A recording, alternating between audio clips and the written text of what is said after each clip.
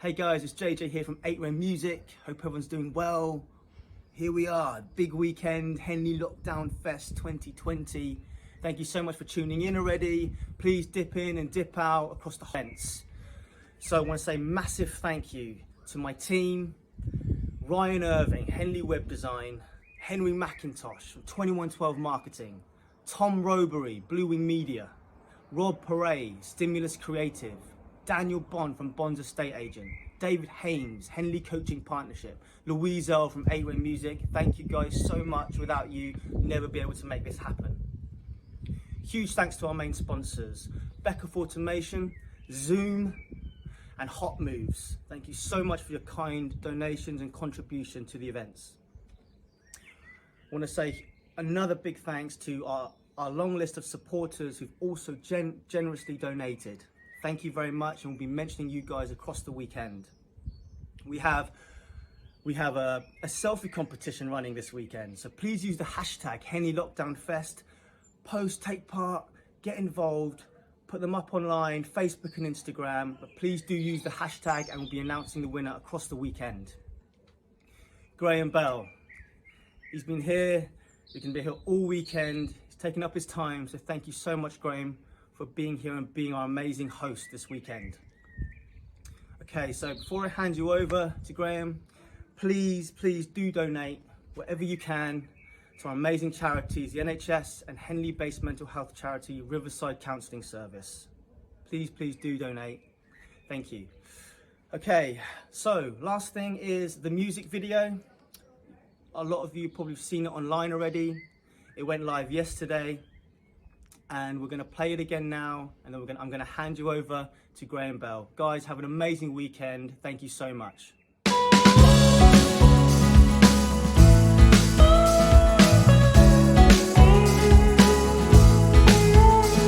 It's feeling like 1,000 days since the last time I saw you. The distance, well, it's making me crazy, but we're in this together. Now there's emptiness on every street, waiting for the day when we can meet. Hang on, stay strong. This is not forever. Don't know how long, so it's time to bring happiness. Oh,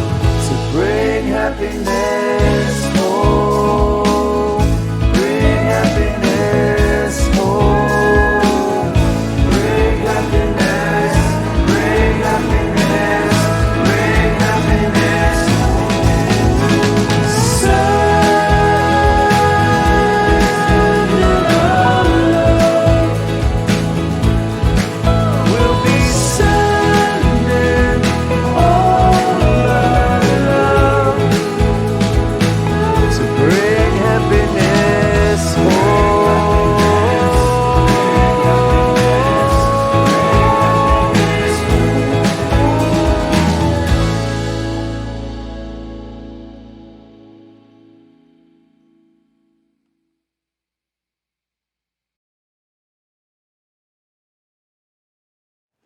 Well, welcome everybody. We are live for the weekend, Henley Lockdown Fest. This is going to be absolutely incredible. The idea is to bring happiness and positivity back into Henley. But we've got viewers logging in from all over the world. Just apparently we've had viewers coming in from India. We have Lawrence actually watching from India. It's not all about Henley. If you've lived in Henley, if you want to watch, definitely log in, spread the word that this is going to happen. Big thanks to Adam Isaac for the music video there. And that's the idea. And the idea of this weekend is to try and spread positivity and community spirit in and around Henley. But before we get going, I've got a few things to say. I mean, I've obviously introduced myself. I'm Graham Bell. I've lived in Henley for, how long? A good 20 years or so. Got married in St Mary's Church. My kids went to Trinity and to Gillett's, as well as Henley College. So yeah, very much a local and love it. Love the town. Love the fact that you can just go out and mountain bike and run, and we've got the river. We can canoe, row, obviously, river swimming, open water swimming in the river, and there's such a good community spirit in Henley. Obviously, we're not going to have the Regatta Festival or the Rewind Festival. We've lost some of our big events, and that will have a big impact on some of the retailers and local shops. So I think we've got to try and take the positives out of this. And I think one of the positives is that we can really build some community spirit. I've noticed it already on the street that I live in, that people are kind of making sure that everyone's okay. And if one of the things that we can take from this is that we can continue this community spirit forward, then I think that Henley will be a better place in the long run because of it. As part of that, we want you to get involved over the weekend. We want to try and get as much community participation as possible. And that is through Instagram and Facebook. We're running a selfie competition, which is sponsored by Zoom. We've got a fantastic prize of free, super fast, I don't know how fast 900 mega BPS, bits per second is, but it's ridiculously fast. I mean, I think I'm on like 80 right now and it's still pretty fast. So Zoom, thank you very much for the prize. So if you want to enter the selfie competition, you've got to basically post either a picture or a video. And do it while you're doing some of the things that we're broadcasting over the weekend. Take pictures of yourself doing yoga or doing fitness, and then we can hopefully play them out later as we go on through the weekend, and we'll judge the best selfie or video at the end of the weekend.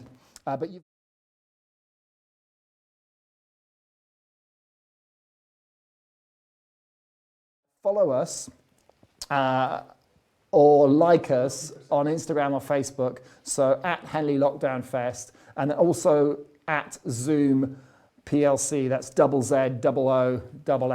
You'll have probably seen them if you're in and around Henley, because they've just been kind of laying all the high, super fast fibre across town.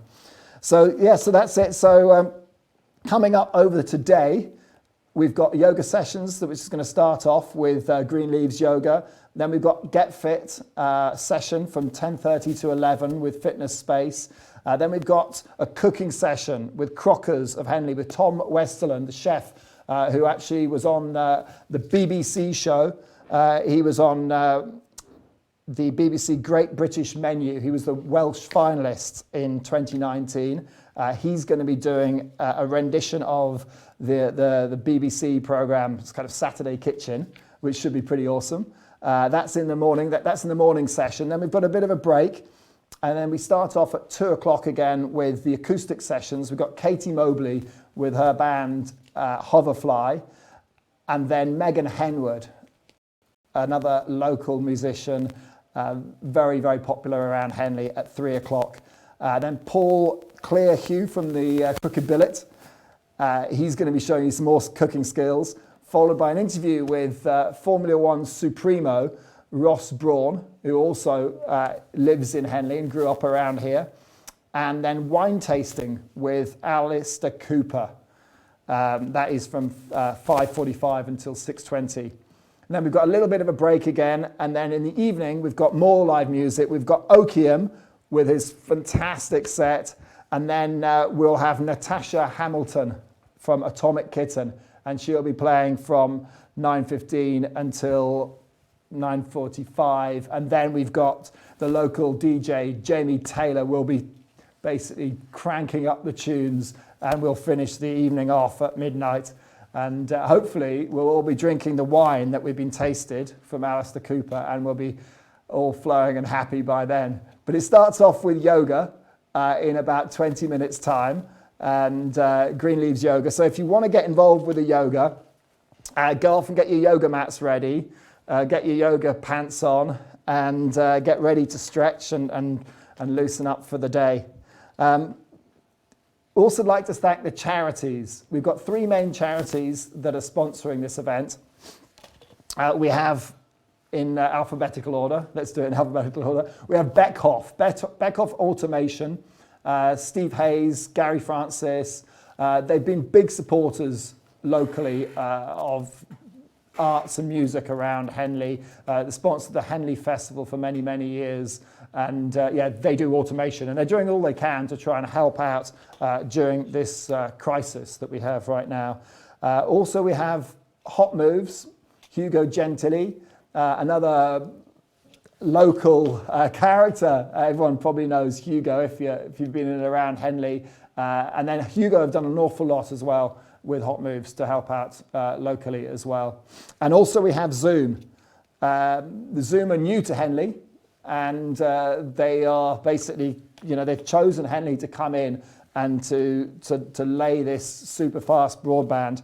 And they're actually giving all their customers a free upgrade to 900 Mbps to support Henley throughout the months of May and June. So that's pretty incredible as well. So big thanks to the 3 sponsors.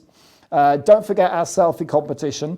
And this is all about getting community to come together. So be creative, get out there, get involved, and finally, dip in, dip out, but don't forget to donate. We have 2 fantastic charities, the NHS, obviously, and then Riverside Counselling. They're a local charity that deal in mental health issues, which is particularly important at this difficult time as well. So that's it from me. We're going to get going in about 15 minutes time. Go off and get your yoga mats ready.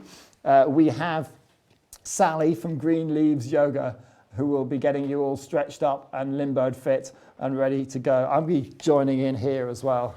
So I think I need to get myself psyched up.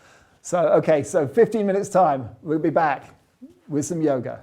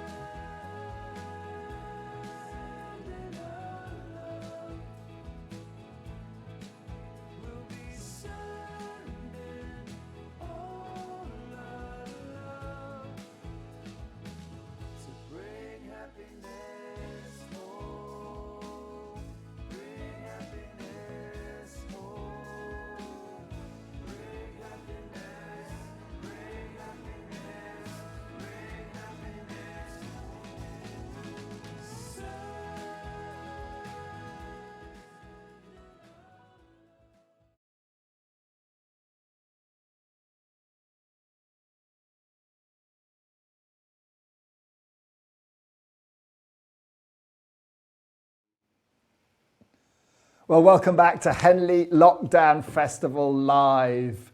Hope you're all ready for your yoga. Sally Hodges is standing by from Green Leaves Yoga. She actually runs these classes online. So if you go onto greenleavesyoga.com, you can sign up for Zoom classes. They're normally a $5. So if you're going to be doing this one, then perhaps you should donate.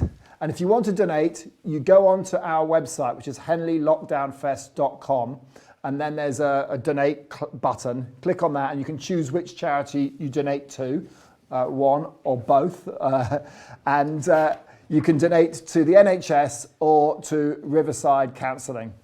So that's how we donate. And our running total so far, we are half an hour in to a weekend of live entertainment, and our total sits at 8925. 8925. So we are going to absolutely smash it this weekend. I feel really, really confident about what we're going to raise for charity.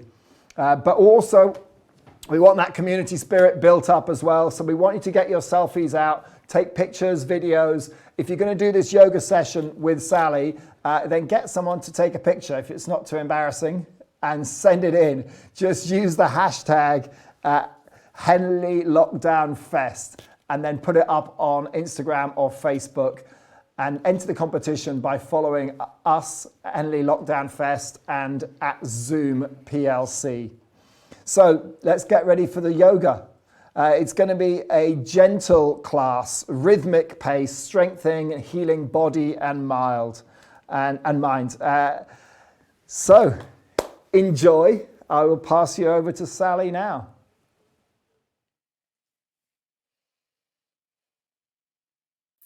Hello and welcome to the start of the Henley Lockdown Festival.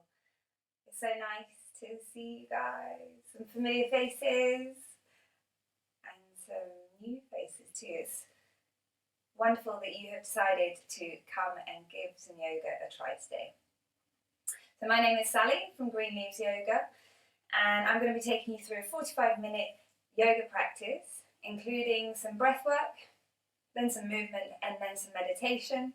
And I hope that from today's practice, you'll feel lovely and energized, ready for the rest of the weekend, the Henley Lockdown Festival. JJ's organised some amazing acts and performances, talks, so please make sure you stay tuned and check it out. So for today's yoga class, you might want a block. If you don't have a block, it really doesn't matter. You could use maybe like a cookbook or a travel book, something thick, which you might like to sit on. If you don't have anything, you can still do it, it's no problem. So let's come into a cross-legged position and just gently move from side to side, really ground down the sit bones. And it's at this point that you might want to take a block or that thick book and plant it underneath the bum cheeks, just so that you're slightly lifted, pelvis tips forward, and we release the pressure through the hip flexors. I'm going to ask you to take your hands either side of you and press the fingertips down and take a nice big inhale, lift the chest nice and high and squeeze the shoulders back. So you should feel the engagement through the backs, the shoulder blades really squeezing together. And then release the hands and just plant them onto the thighs, wherever they land, palm facing up if you can. Good. And from here, just close the eyes now. I want you to start breathing in and out through your nose.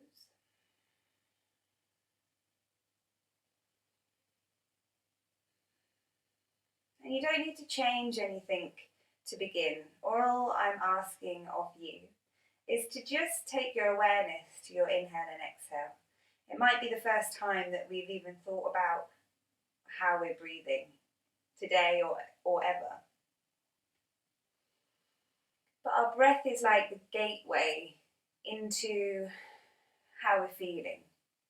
So when we are in distress or feeling anxious, we can actually breathe up into the chest area of the body, and the breath can be quite short and restricted. So what we're looking to do is actually change and begin to control or consciously think about the breath pattern.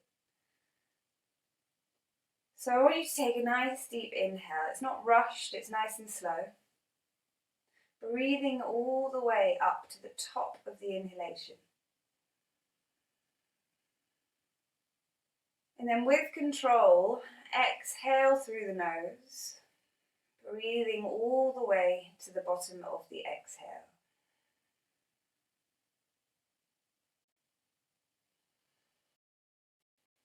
Take a few nice controlled breaths here, making sure that you're not really forcing or rushing the air in and out of the body.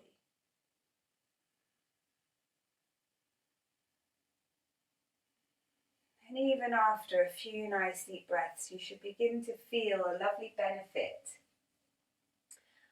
of changing or recognizing your breathing patterns.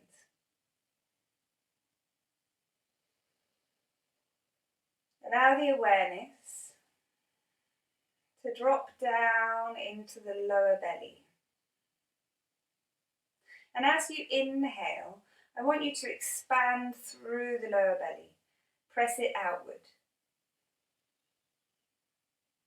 And then as you exhale, draw the belly button back towards the spine. So it's a very subtle movement as you inhale. The lower belly widens, expands. And as you exhale, you should feel the movement through that belly, drawing back in.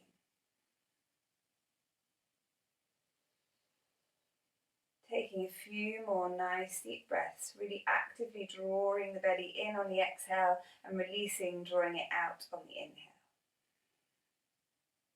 And this is good way of breathing if you ever feel nervous, if you've got a meeting that you're speaking at or something to do that you feel nervous about. Changing the breath and breathing all the way down into that lower belly is going to help things calm down. It's going to send signals into your body to tell different parts of your body that you are relaxed, tell the mind that you're relaxed. From here, keeping the eyes closed, take the palms face down and wrap them around your knees. And then on your next inhale, take a nice big breath in and lift your chest. Maybe lift the chin up towards the ceiling. As you exhale, round through the spine, look down to the ground. And then inhale, press the palms down into the knees, lift through the chest. We're basically doing a few seated cat-cows. Your movement should be mimicking the breath. So as you inhale, the movement comes lifting. And as you exhale, we round down. And what we're actually doing is opening and waking up through the spine. As you inhale, we're extending through the spine. And as you exhale, we're creating some flexion through the spine. Take a couple more.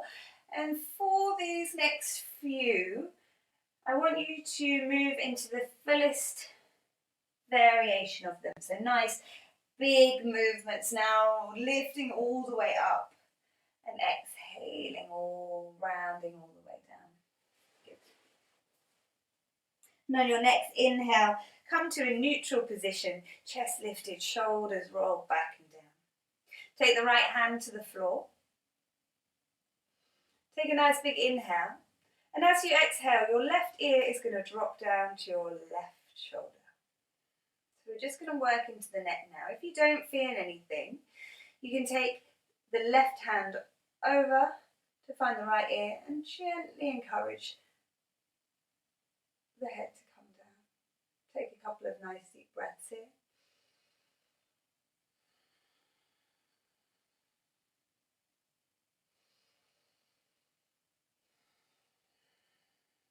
Good. Gently release. The left hand on the inhale lifts high to the sky. Now I want you to look down to your right fingertips and walk them away from you.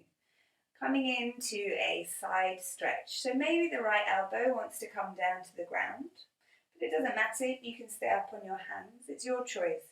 What I would like you to really think about is that left armpit rolls open towards the ceiling and the gaze is up. Good.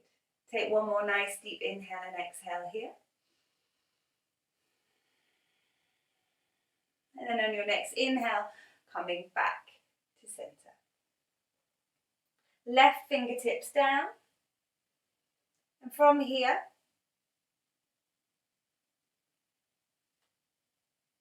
you're going to draw your right ear down to your right shoulder. And if you want to increase the stretch, taking the hand and gently encouraging that there.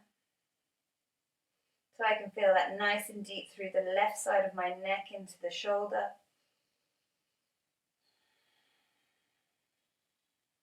On your next inhale, release. Exhale. Take the inhale, lift the arm, wiggle the left fingertips away from you, maybe lower down onto that left elbow. Coming into that lovely side stretch. Again, thinking about the right armpit rolling open, and take the gaze up. Take 2 more breaths here, making sure that those sit bones stay grounded down onto the floor. Inhale slowly and gently rise up. Take the hands behind the back and interlink your fingers. As you inhale, lengthen the arms, sit up nice and tall, squeeze the shoulder blades back. And as you exhale, come into a forward fold. You don't have to go far. And try and lift those arms up towards the ceiling. Just open up through the shoulders. It's still opening through the neck actually in this as well. Your head doesn't need to come to the ground, but if it does, great. Inhale slowly, rise all the way back up. Good. From here, uncrossing the legs and coming to all fours. Spread the fingertips nice and wide and the hands are shoulder width distance apart. Your knees are hip distance apart and they're tracking directly underneath the hip. From here, look forward slightly, roll the shoulders back and down and reach the crown of the head forward, lengthening through the sides of the neck. We're going to take the right hand and thread it underneath the left arm, all the way down so that your right shoulder and your right ear touch the ground. Position 1, you're staying here. Or position 2, the left hand comes up to the sky and the palm comes to the lower back. Option 3, if you want to go further, that left hand wiggles all the way, trying to find the right thigh. We're just staying here, gazing to the ceiling. Take 2 nice deep breaths. Breathe all the way down into the bottom of that belly.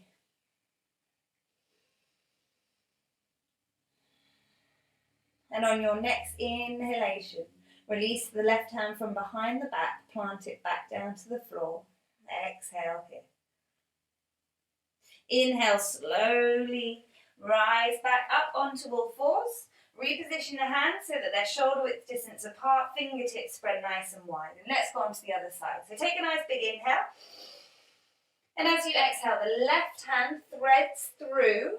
And we lower the left shoulder down and the left ear down. You can stay here or lift the right hand up to the sky. And maybe the palm comes to the lower back. Further option would be releasing that hand and wiggling it down, seeing if you can find your left thigh. Taking 2 nice deep breaths here.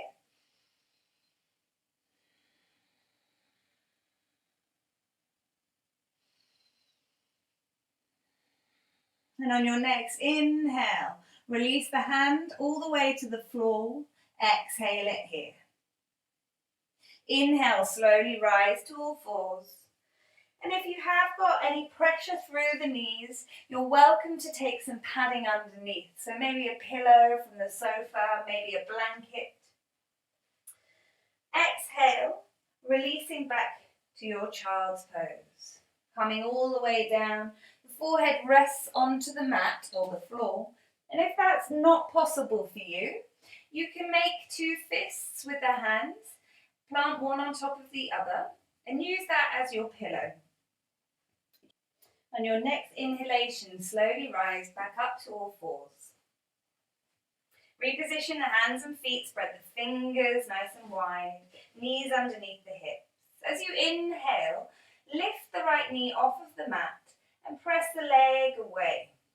We're leading with the heel of the foot, so the toes aren't pointed, the toes are pointing down towards the ground, and I'm lifting up with the heel. Take a nice big inhale into the belly, and as you exhale, draw the belly button back up towards the spine.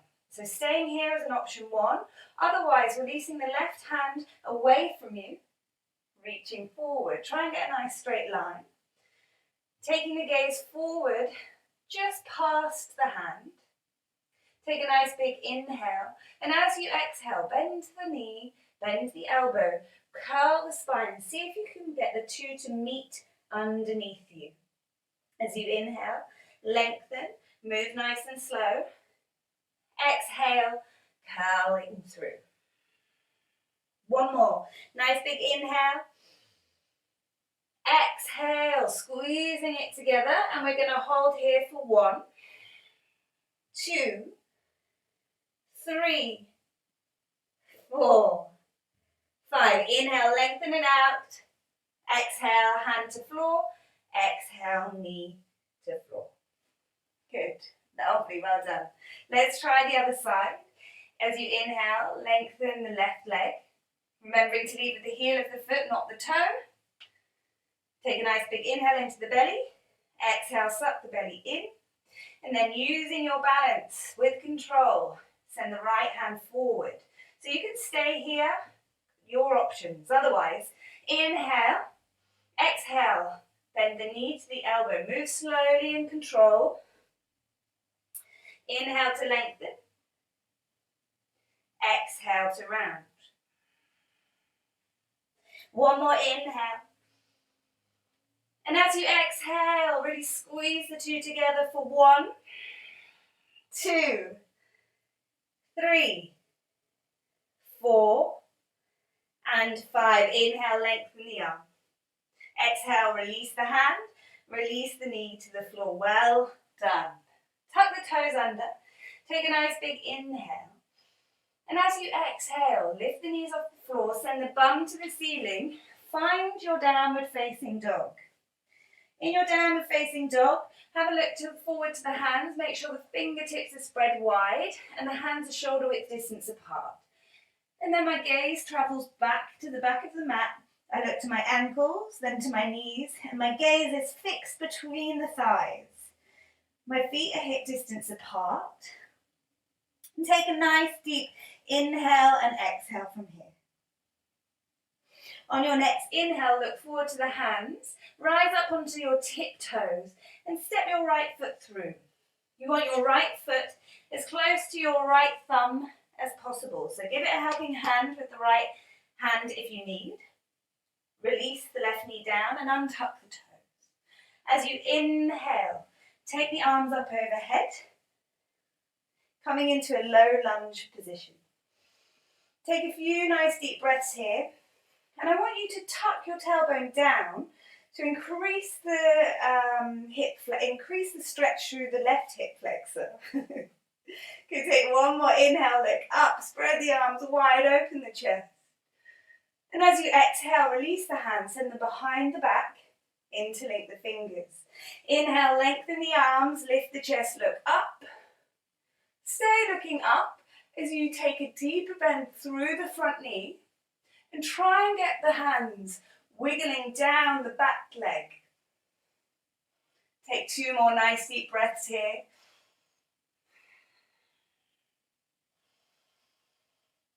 And on your next inhale, press into the front foot, lifting back up through that front knee.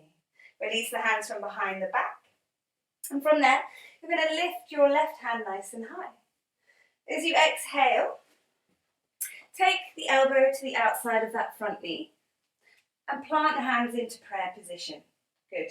Looking towards the back of the room, coming into that lovely twist. So just stay here and lightly press the top hand against the bottom, increasing that rotational twist through the upper part of the spine, and try and get the prayer in the centre of the chest to meet. Good. On your next inhale, release the hands either side of the front foot. Tuck those back toes under. Using control and some balance, lift the back knee. So we've got a strong back leg, the back heel is pressing away from you, and I'm imagining that the back of my knee is lifting up towards the ceiling. Plant the left hand into the centre of your mat, and as you inhale, become light through that right hand, lift it up, gaze up to the right thumb, come into that lovely twist. You should feel that through the outside of the right leg. Take one more nice deep inhale. And as you exhale, release that right hand all the way to the floor. Well done. Nice big inhale once again. Step it back to your plank. Downward facing dog, not plank. Good. Nice big inhale and exhale. And on your next inhale, rise to the tiptoes, look forward, step the left foot through. Remember, the left foot is as close to the left thumb as possible. And I tuck and release the back knee. As you inhale, lift the arms up. Taking in a few nice deep breaths. Again, that tailbone tucks down to increase the flexion through the right hip flexor.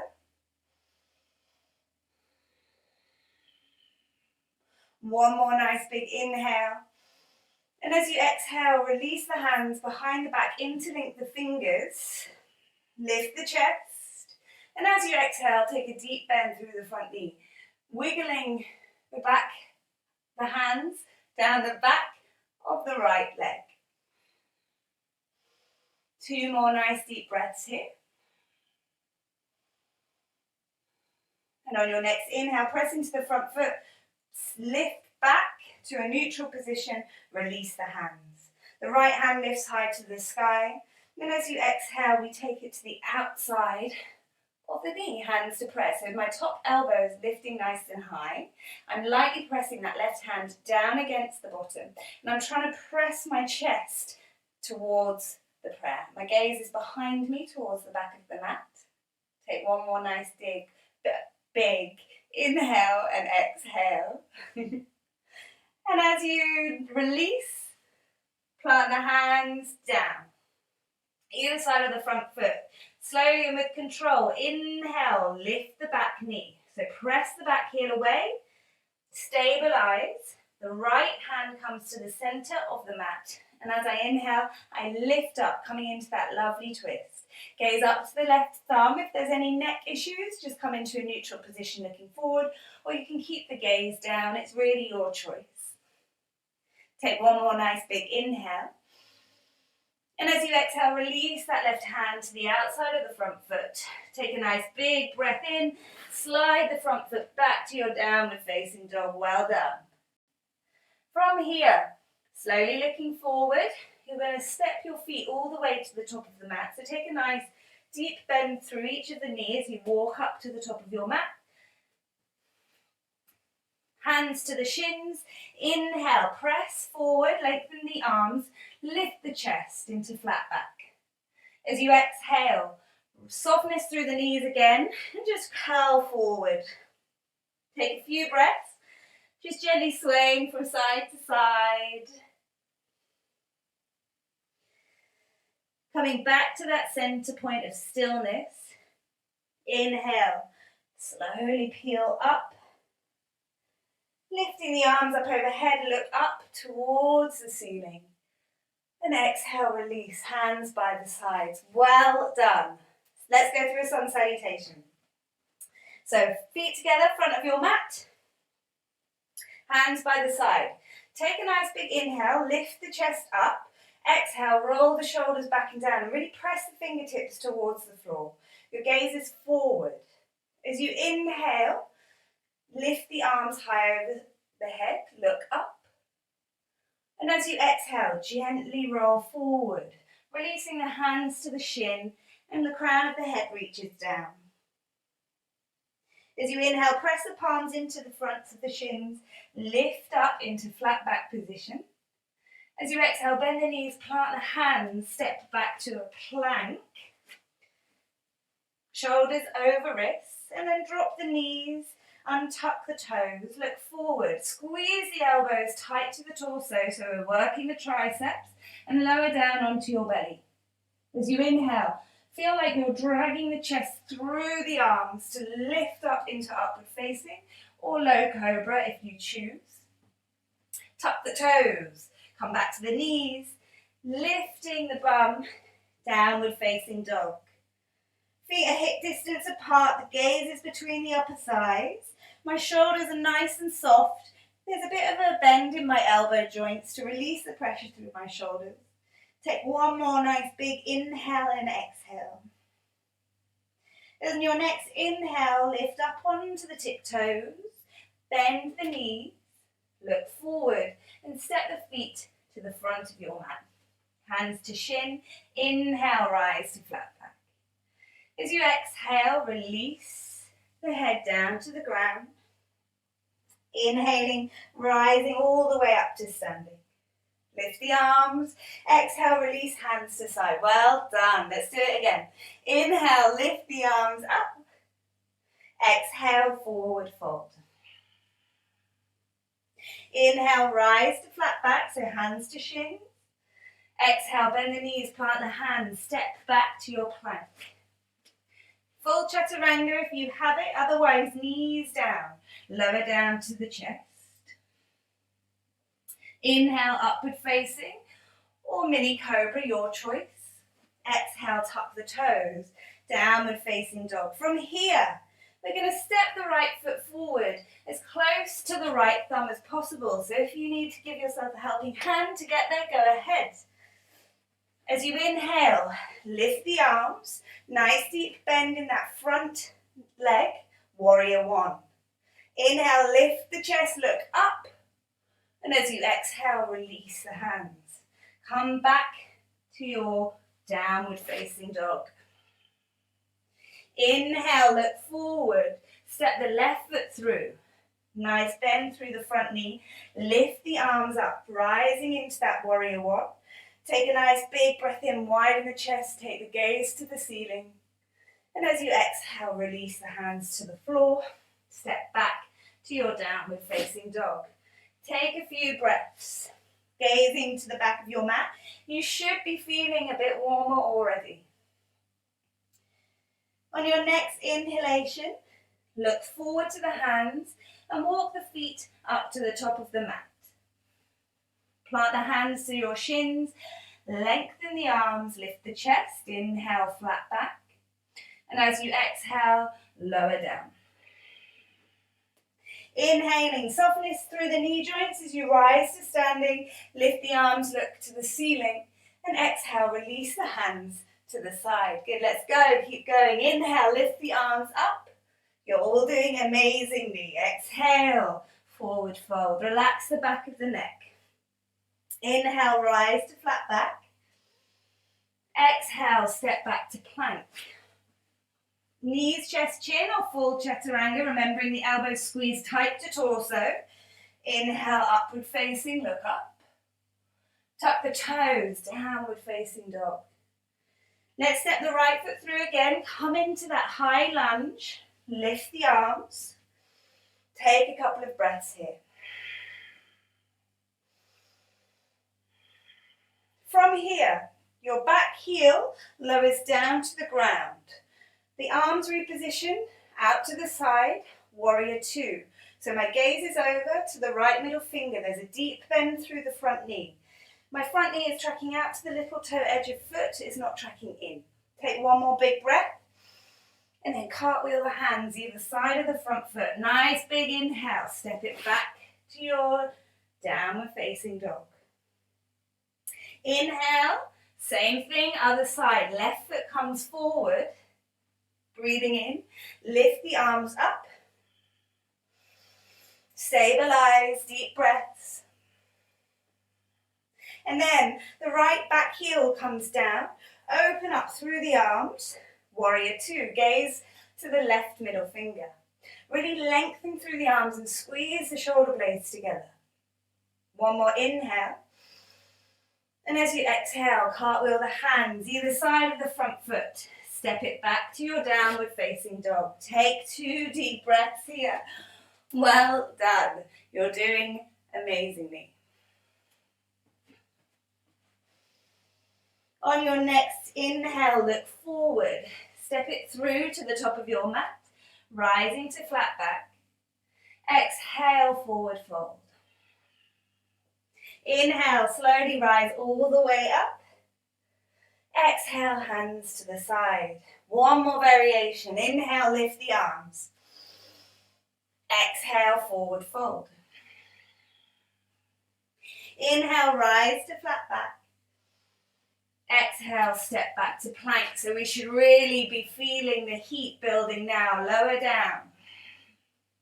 Inhale, upward facing. Stick with it. We're nearly there before we start cooling it, everything back down. Downward facing dog. Look forward. Step the right foot through. Inhale, lift up to your warrior one. Take a couple of breaths here.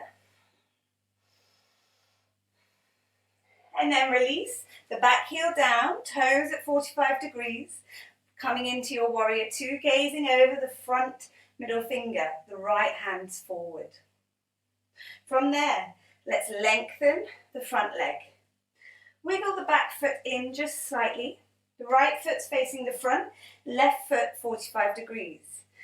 As you take a nice big inhale, lift the chest, and exhale, reach forward, forward, forward. This front leg is straight.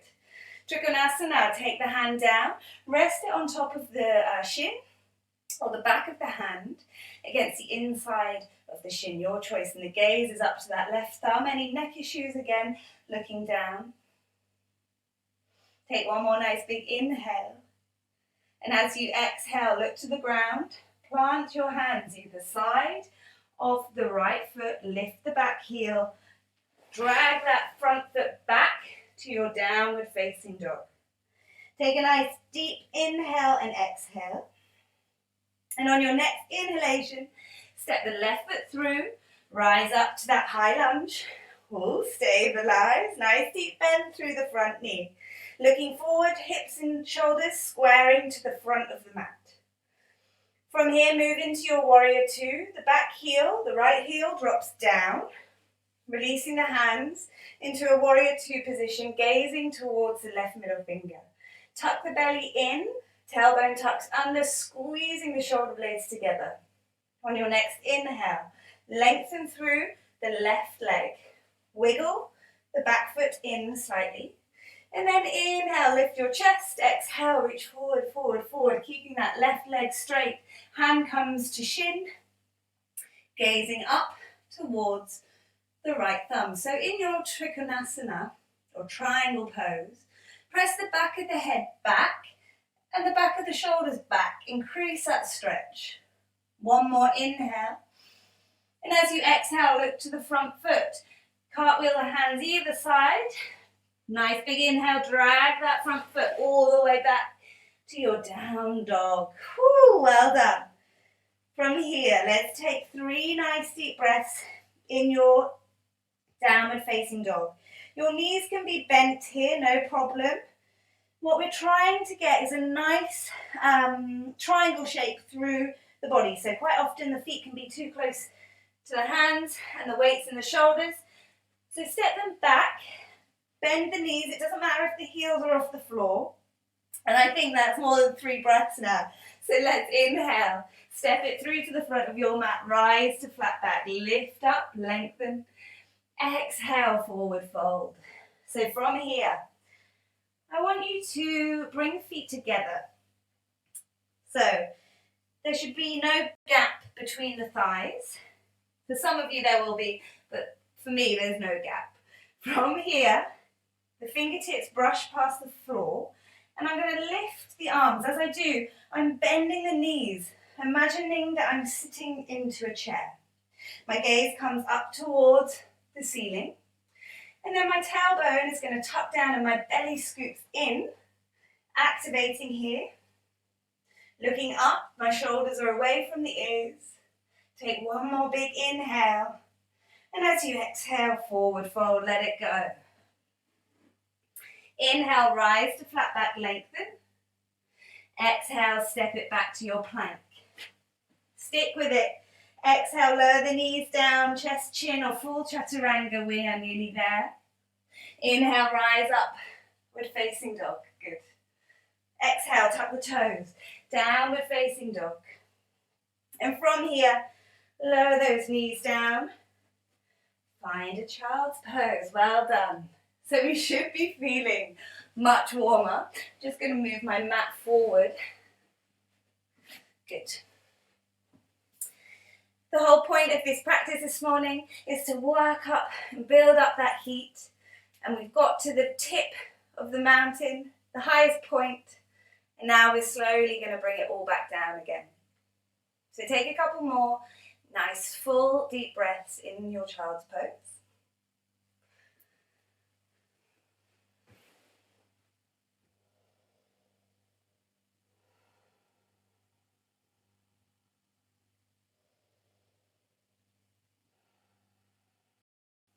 And then when you're ready, slowly inhale, rise up to all fours.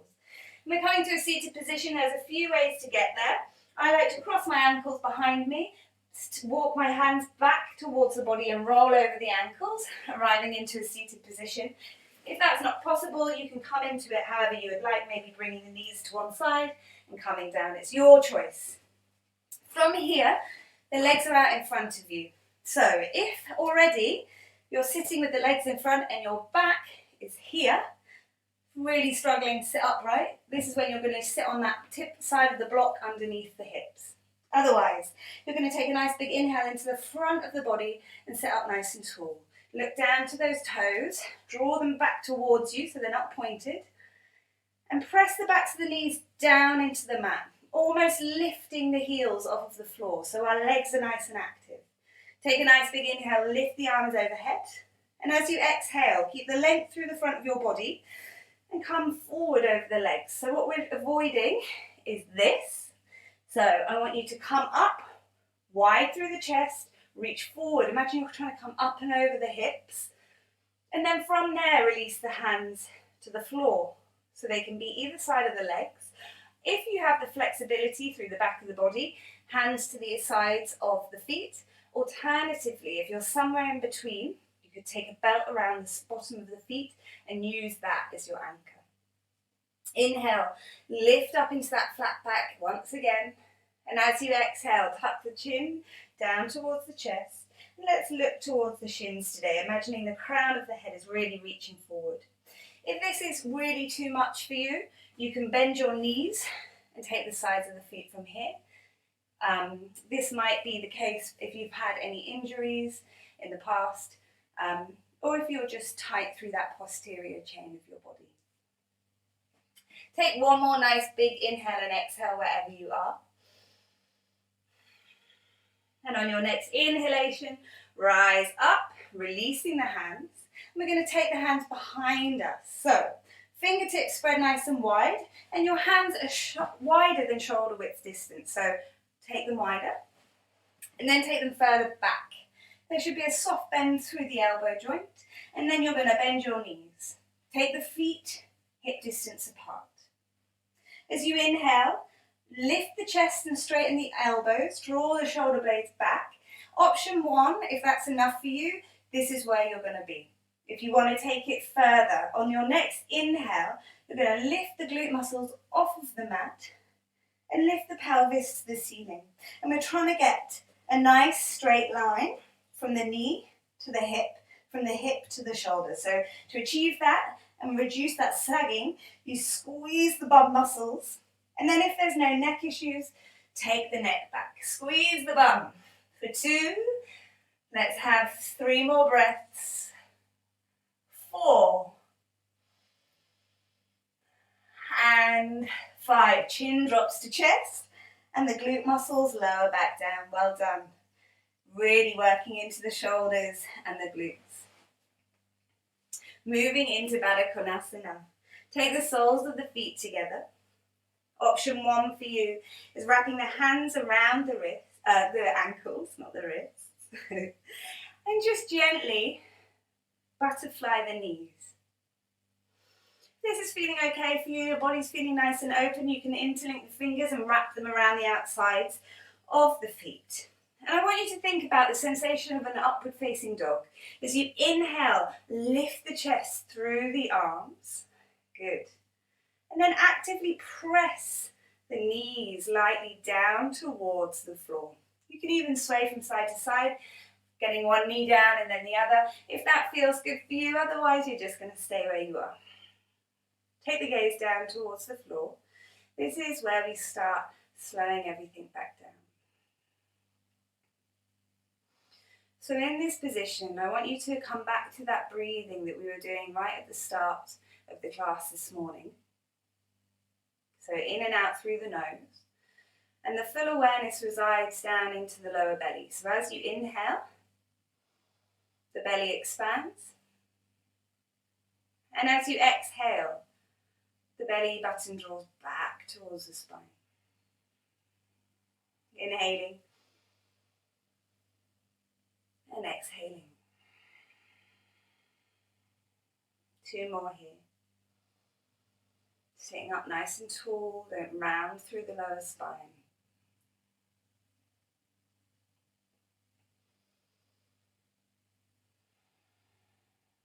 Good. If the eyes are closed, gently open them.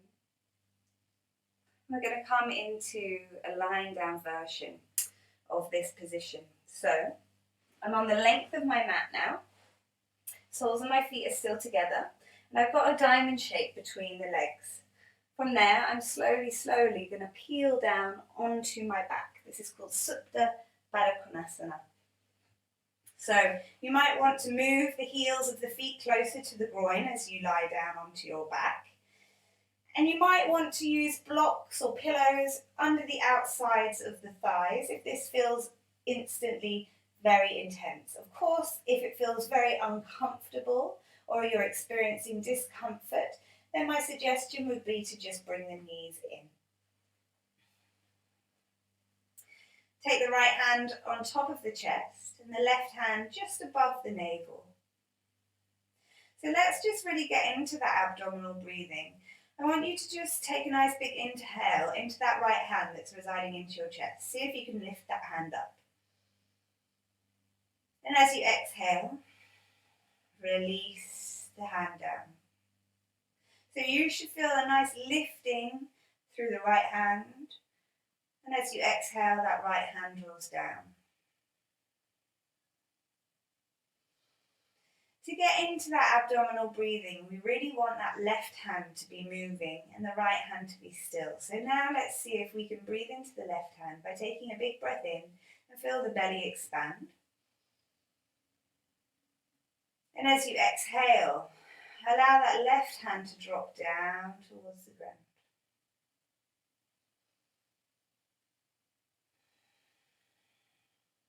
Good. Try to make sure that the right hand's not moving, staying still, and the only movement's coming through that left hand as you breathe in and out through the belly.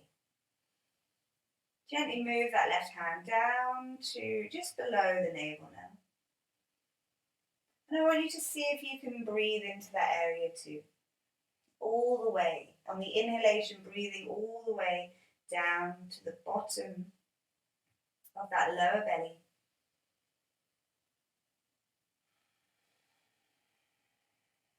Good. Take a few more breaths here.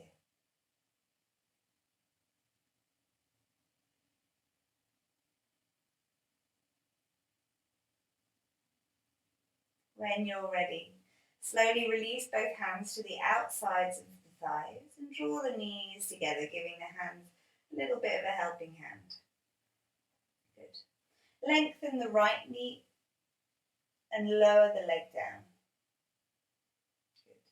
With that right hand, reach across to the left knee. You might need to draw it up towards the chest. And we're going to go into a twist by drawing the left knee across the body and down to the ground. That left shoulder still remains in contact with your mat, And I don't have the room here to lengthen my left arm, but if you do, then straighten that arm shoulder height. Otherwise, I've got a nice bend in the elbow. I'm going to gaze over my left shoulder. Take a nice deep inhale and exhale here. Just take a few breaths, really enjoying that deep rotation through the spine. Seeing if you can relax the shoulders down into the ground. Seeing if you can soften the top left leg, releasing any contracting muscles. And then just take a nice deep inhale and exhale into that belly.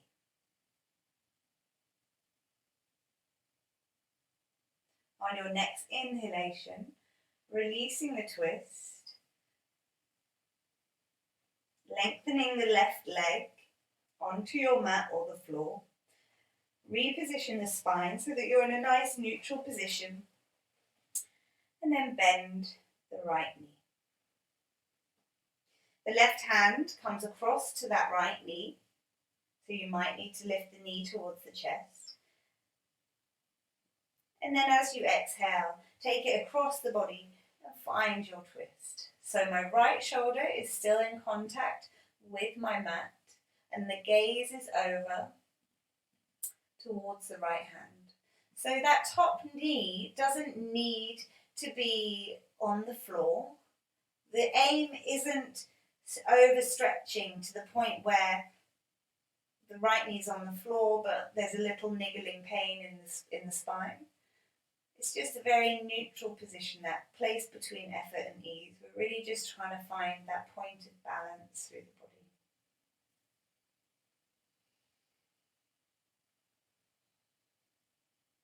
Good. Take one more nice deep inhale and exhale. And on your next inhalation, slowly peel back.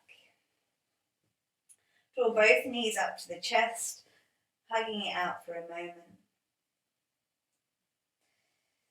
And just create circles with the knees, going in a clockwise movement and then anti-clockwise. What we're actually doing is just massaging that lower part of the spine against the floor. Once you've done that 4 or 5 times, slowly roll the other way.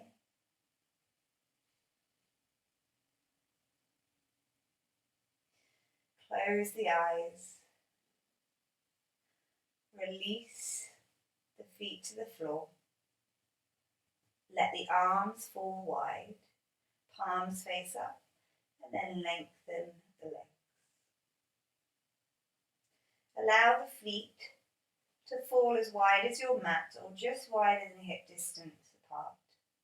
And take a nice deep inhale, lift your chest off of the ground and wiggle your shoulders away from the ears. Allow the body and the back of the body to just settle back down onto the floor. Let's take 3 nice deep breaths here, breathing in through the nose, and as you exhale, breathe out of the mouth and create some sound, a sighing sensation.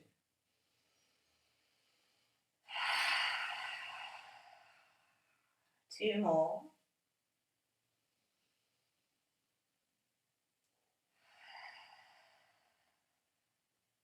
One more.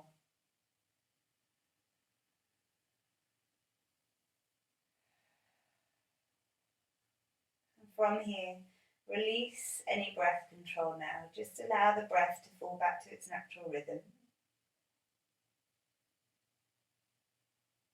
With no force or control in any way.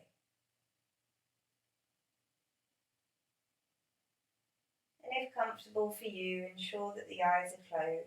We're moving into rest now.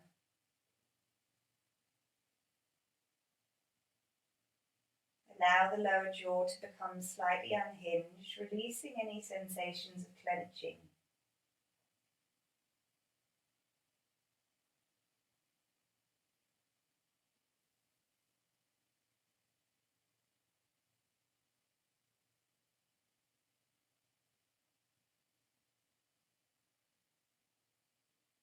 Allow that awareness to travel down into the centre of your chest and take a nice deep releasing breath in and out to this area of your body.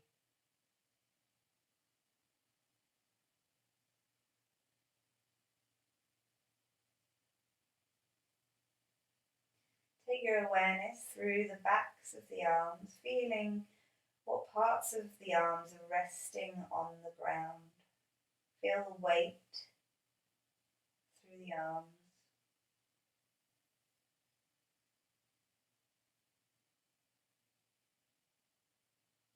And allow that awareness to travel down into the wrists, into the palms of the hands and through the fingers. Observing any temperature changes, perhaps the cooling sensation of the air against the open skin.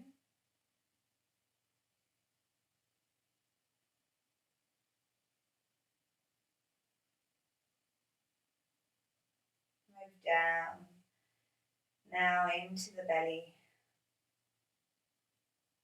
releasing any tension as you breathe softly through this part of the body.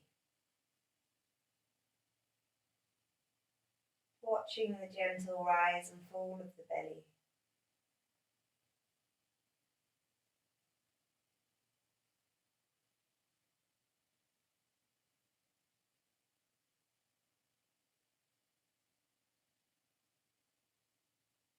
Move down into the hips, feeling the glute muscles resting on the floor.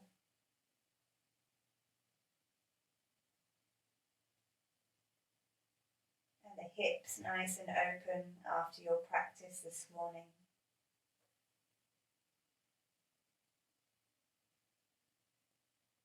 Begin to experience the length of the legs as your awareness travels down the shin, down the thighs, into the knees,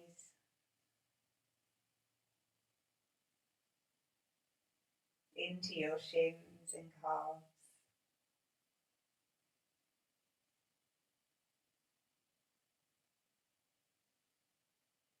Through your ankle joints,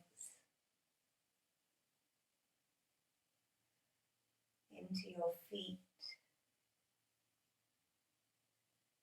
and into your toes.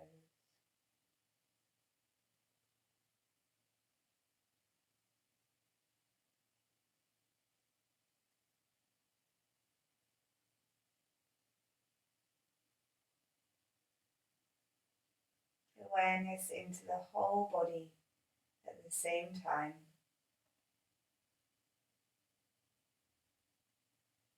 The whole body nice and relaxed.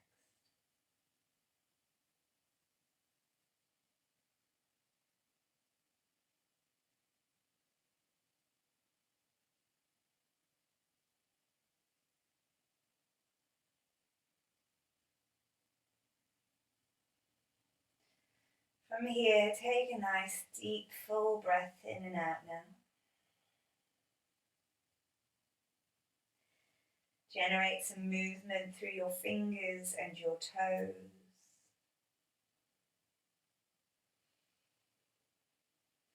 On your next inhale, stretch the arms up overhead. Take a nice deep stretch through the sides of your body. And then when you're ready, soles of the feet come to the floor with the knees bent and gently roll onto your right hand side, using that right arm underneath the side of your head as a pillow. Just take a nice deep inhale and exhale here. And keeping the eyes closed and the head heavy, slowly peel your way back up to your seated position, taking a block underneath the hips if you need. Let's take the hands to prayer position in front of your chest. And take a nice deep breath in and out here. Really solidifying in all the work from your practice this morning.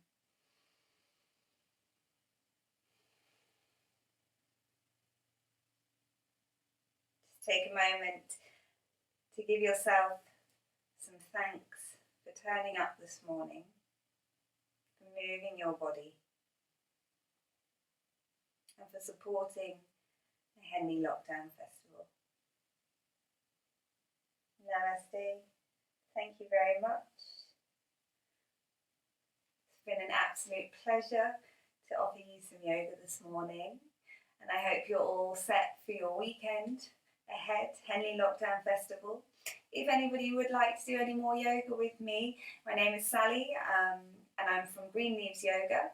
You can find out all my information on my website, greenleavesyoga.com, or find me on Instagram, Green Leaves Yoga. Send me a message, ask me any questions, and hopefully I'll see some of you again. Enjoy your weekend and lots of love. Thank you very much. Thank you very much, Sally. Everyone is very, very relaxed now and ready for a great weekend of raising money and generating some great community spirit for Henley-on-Thames.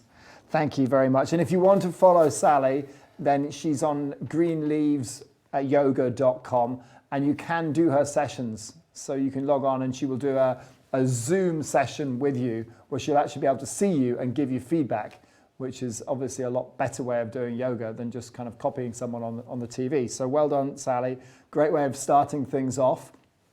We've had a few questions in as to how to watch. Now, the best way to watch is actually if you've got a smart TV, but you've got to be smart to work it. It's not that difficult. If you go on to the interactive, the smart button, and if you look for the YouTube app, all of the TVs, all smart TVs come with a YouTube app. You open up the YouTube app, but then you've got to search for Blue Wing Media, because that's how we're pumping this out. So if you search for Blue Wing Media, all one word, then you'll be able to get it up on YouTube on your smart TV. And then when we get to the music sessions later in the day, and when we got Jamie Taylor, you'll have it on your TV, you get your sound system, it can be blasting all out, and yeah, then everyone will be happy. So that was what we needed to mention. Later on today, we've got Tom Westerland from Crockers who'll be coming up, and that'll be a really great session. Next up, we've got Fitness from Fitness Space. Now, they've got a real family-friendly fitness session coming up next. So if you've got kids that want to try and burn some of that excess energy off, get them in, get them involved. And everyone should be doing this one. You should set this up in your living room and just try and follow the fitness session. They are Henley-based, fitness-based. They are just off Station Road. If you go down past the car park by the station, that's where they're based, but obviously they're not open right now. But they're doing a lot of online stuff as well. Their philosophy is that no one trains alone, and they're coming up very, very shortly. They're coming in a couple of minutes' time. Don't forget, if you want to donate, then go on to the website, henleylockdownfest.com, and then there's a donate button, and you can choose which charities that you donate to. And we've got a running total, and I think that our running total is we've got over 10 grand, everyone. Yes, we done it. So we're starting off amazing, absolutely brilliant how we've started. If we can keep this momentum going for the whole weekend, it's going to be absolutely brilliant. So we're going to have a quick break. We'll put a slide up for just a couple of minutes, and we're going to come back with the Get Fit session with Fitness Space. So get your running gear on, and we'll see you in a couple of minutes.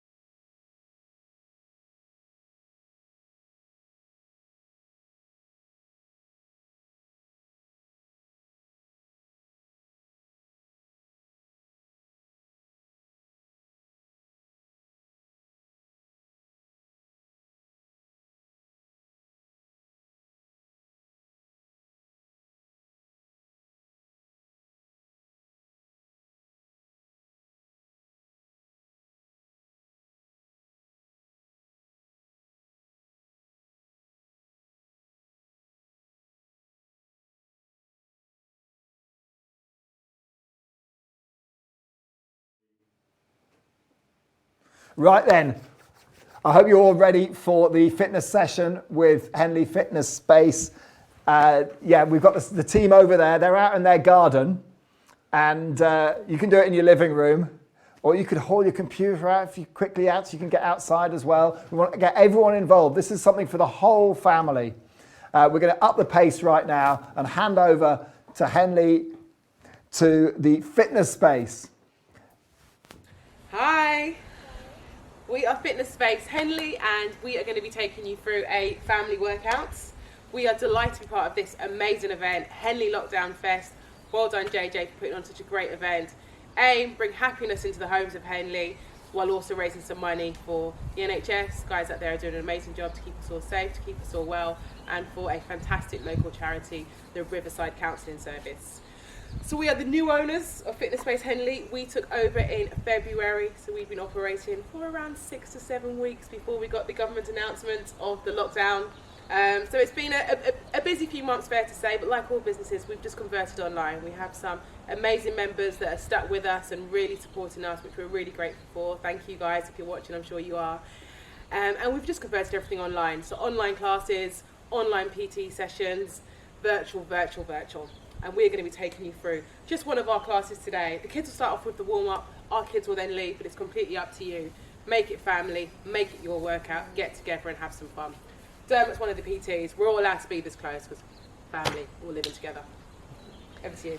Okay, so we've got a workout today comprised of 4 different sections. We've got a warm-up, which is designed to raise the pulse, get the blood moving around the body. We've got a mobility section designed to lengthen the muscles, mobilize the joints before the main workout, which is the 3rd section. The main workout is split into 3 different parts, which will break up and give you guys a little bit of a break to grab some water, let your heart rate come down a little bit, and then finish up with a cool down to let the heart rate come down and lengthen the muscles again. Warm up. Warm up, we good to go? Kids? Good to go, Zeke? Yeah. Okay, so very simple. Start jogging on the spot. Joanne's going to show you a slightly easier version if anyone has got any issues physically. Ezekiel showing you a slightly harder version there. Well done, son. Just want to make the point that you know, if anyone's got any health issues or problems, this workout is totally at your own pace, okay? Keep a bottle of water close and work within your own capabilities. Okay, 10 seconds. Okay guys, so as long as we just try and keep moving, obviously this is your workout, you work to a limit that feels comfortable for you. Okay, we're going into jump twists. So with the jump twists, upper body goes one way, lower body goes the other. Joanne's going to show you a slightly easier version if you can't jump, or find it difficult, or have any injuries that are preventing you. I think the little lady here you. has a dab for us as well. You can convert it into a dab. Hey, there we go. Well done guys. Just have a bit of fun with it, just keep moving, that's it. Dabs all around here, I think. Watch out, watch out. Just slapped him in the head. Space is important. Okay, 5 seconds. Try and keep 4, moving, come on. 3, 2, and 1. Okay. Perfect. Shake off the calves, get the tension out. 3rd and final warm-up exercise, jumping jacks. I'm sure we've all done them in a PE class in school. So, ready? 5 seconds. 4, 3, 2, and 1. Let's go. Once again, for anyone that needs it, I am showing a slightly easier version, which you can do, that's fine. Just step out to what feels comfortable. Raise those arms as much as you can. Just gonna try and keep it moving and have a little bit of fun together. Keep going guys, come on, you got this. There Come we on, go. Joanne, a bit more lively. Come on. Get them steps moving a bit wider. 4, They're going. 3, Ow. 2, and 1. Okay, rest up. Shake it off. Okay. Okay, our kids are now at the picture. Go on guys, well done, good work. Go to the mobility work, Dermot. Okay, so into the mobility part of the workout. Again, like I said, it's designed to lengthen the muscles, mobilize the joints, and get your body prepared for the main workout. So the first one we're going to do is what we call an ab walkout. Okay, it's designed to lengthen the hamstrings, activate the core, and mobilize and activate the shoulders. Okay, so we're going to try and keep the legs as straight as possible. Walk the hands down your legs until you reach the floor. Walk out along the floor, get to a plank position, pull the belly button in, keep the core tight, hold it for 2 seconds, and then walk back in. Okay? A slightly easier version. Bend the knees till you can touch the floor, walk out, hold that same plank position, and walk back in. Okay? Are we ready? You got the easier version, Joanne? I have got the easy version. Let's go. Diagonal, diagonal. 3, 2, 1. 30 seconds work, guys.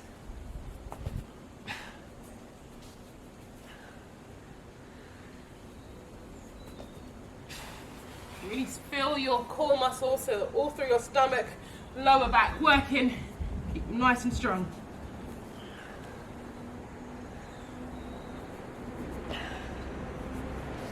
So you just go at a pace that works for you. How long Last have we 10 got? seconds, last 10 seconds. 5, 4, 3, 2, and 1. Good. Nice. Okay, Lunges. lunge steps. Okay, hold that bottom position. So as when Joanne lunges, what she's aiming for is that shoulder, hip, and knee alignment, and throwing the arms up at the top, okay? Slightly easier version, semi-lunge, or a step, okay? So again, work within your own capabilities. If you find it hard, if you find you can start off doing a full lunge and get tired, and you need to slow it down a bit, or even a bit more, just do so. The most important thing is to keep moving. 30 seconds of work. But what we do is 20 seconds on one side, 20 seconds on the other. Seems a bit easier. Alright, easier version, harder version? Easier version. Okay, Easy ready? with me. 3, 2, 1, let's go. Stay on that same working leg, drive the arms up to the top. So remember, activating the legs, warming up the shoulders, and keeping that pulse rate nice and high. 5 seconds.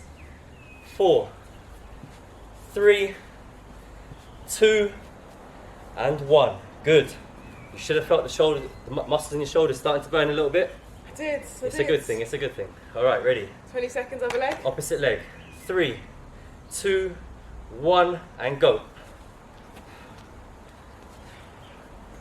When we lunge down, try not to lean back. Keep that shoulder and hip alignment. Come on, guys. Main Last thing 10 here is seconds. just trying to keep moving the whole time. So look at the person next to you. Give them a smile. Give them a thumbs up. 4, 3, Encourage them. 2, and 1. Okay. Lunge steps done. Thread the needle. Thread the needle. So, with thread the needle, it's designed to stretch the muscles throughout the back and mobilize the spine, okay? So we're going to start off on all fours. Start off on all fours. You want your knees just a little bit wider than shoulder width, so you've got a good base for stability. Hands, marry them to your knees, so a little bit wider than your shoulders. We're going to take your left hand, we're going to feed it through and underneath your body, stretch the muscles, drive the elbow up, open the arm up, rotate up. Thread the needle, Oh, thread the needle. drive the elbow up, Thread the elbow up. and open up. Get as much rotation through that back as possible. We'll do 20 seconds on the left arm, 20 seconds on the right arm. Good to go? I'm ready. Ready, 3, 2, 1, let's go. Follow your arm with follow your hand with your eyes as well, guys. Just to increase that range. You'll see that I get nowhere near as much range as Dermot on these movements. So just work to a pace that feels comfortable for you.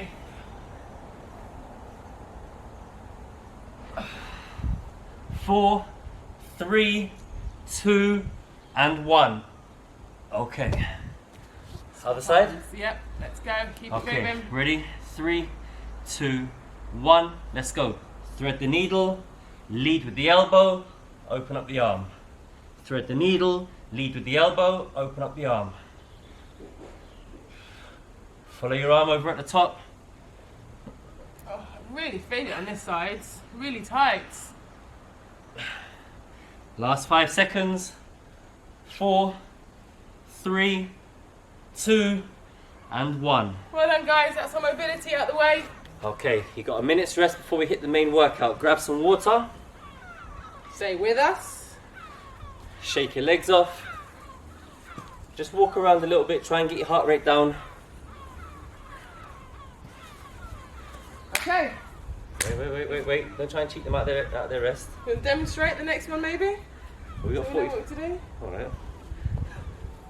I tried to give you a minute, guys. I tried to give you a minute. I'm going to be crying for an extra 8 seconds later on, but while you're taking your breath back, I will show you the first exercise, which is a lovely athletic functional movement. It's a back step with high knee. Athletic movement, I like to say. So we're going to step back, real nice powerful movement here, opposite hand to opposite knee, and this front leg is going to drive forwards.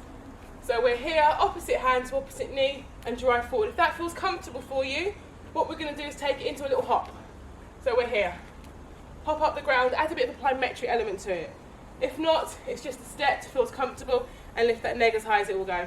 Remember, just bring the knee up as high as you are capable of, okay?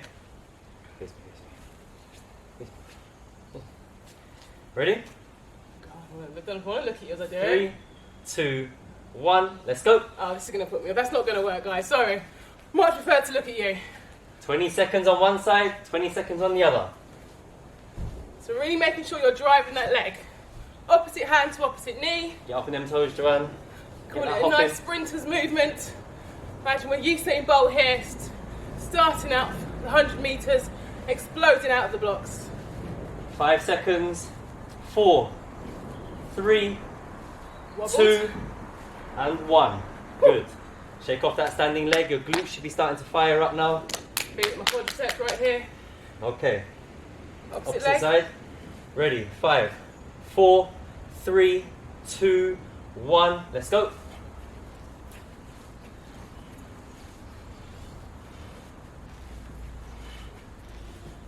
Guys, come on, just keep it moving here. Stick with us. Really nice, well done. Oh. A bit of a wobble. We all wobble on occasions. There 5 we go. seconds. 4, 3, 2, and 1. Good job, Okay. good job. First one done. Core stability. We're going to start with an elbow plank. Okay? So the elbow plank, elbows shoulder width apart, fist down, hands down, completely up to you. We're going to extend the legs, keeping the feet together on your tiptoes. Keep the hips down in line with the shoulders and ankles. Okay? Easier version. Start off on your feet. Get your body positioning correct. Drop the knees down, cross the ankles, and hold. Okay? 30 seconds. Let's go. You got the Easy knees? version this time, please. Seems like you're having it all the time. Just did the harder one then. Okay, guys, come on. Ready? 3, 2, 1, and hold. Come on. Squeeze those abs in. Nice deep breaths. Exhale, control your breathing. Really pull that belly button in. When you start to feel it getting difficult, squeeze the legs together, squeeze the glutes, keep the whole body tight. Drive the elbows into the floor. How long we got left, Dermot? 10 seconds. Come on, last 10. 8, 7, 6, Hold on, you're a 5, bit slow. 4, 3, 3, 2, 2, and 1. Good work, guys. Third one. Side lunge, back lunge. Athletic movement. So, side lunge. We are going to step out to the side, as low as feels comfortable to you. Bring that same leg back to the centre. The same leg will step back. So right leg working the whole time. One more time with me, guys. To the sides, back in, step back. Use your arms to help maintain your balance. If you can't get good depth on the lunge, it's not a problem. Just take that step, come back. Take that step, come back. The depth is all relative. Everyone's got different strength and flexibility levels, so work within your own parameters, okay? Ready? Are you ready? We're going to go to that side first, okay? So we don't clash in the middle. Ready? A few clashing the last few weeks, guys. 3, 2, 1, let's go. Okay guys, remember we're just trying to keep moving here. Side. So you got 20 seconds on this right hand side, then we're going to change over 20 seconds on the left hand side. Let's stay in sync, Joanne. Don't go too fast by cheating. I wouldn't call that cheating, going too fast. So it's a full day that the Henley Fest lockdown team have got going on for you today. Saturday and Sunday, 2 days, some great activities. 4, 3, 2, and 1. Okay. Other side? Besides, You got enough space? more than enough. Okay, 5 seconds. 4, over to the left now. 3, 2, and 1.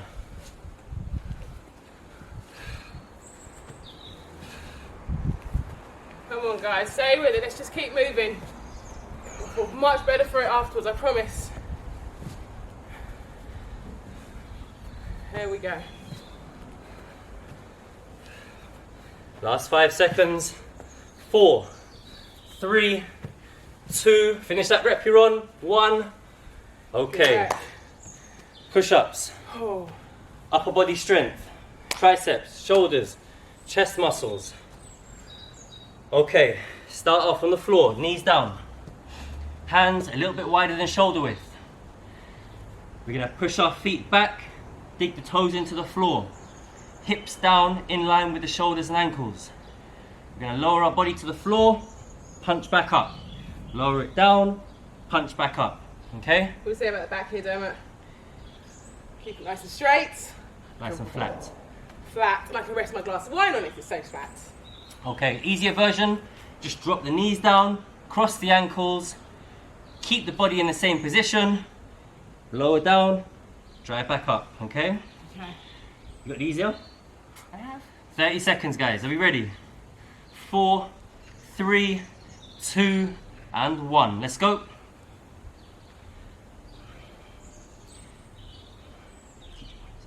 Come on guys, 30 seconds.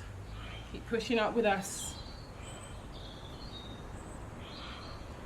Excellent, let's keep moving. We see you. Come on. Last 10.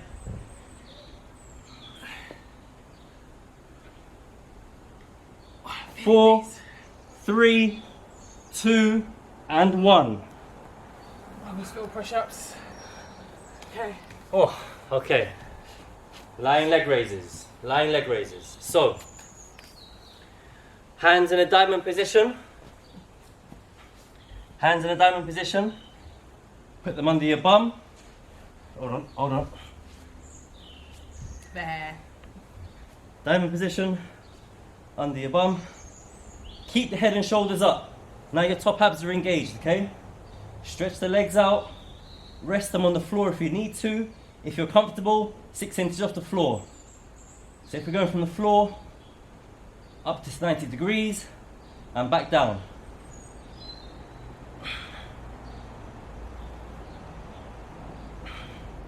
Okay, you ready? Diamond position. Under our butts. We're good. Okay, and remember, just work within your own parameters. Some people get higher than others. Do what you can do. Are you ready, Joanne? I'm good. Come on. Ready? right in. 3, 2, 1. Let's go.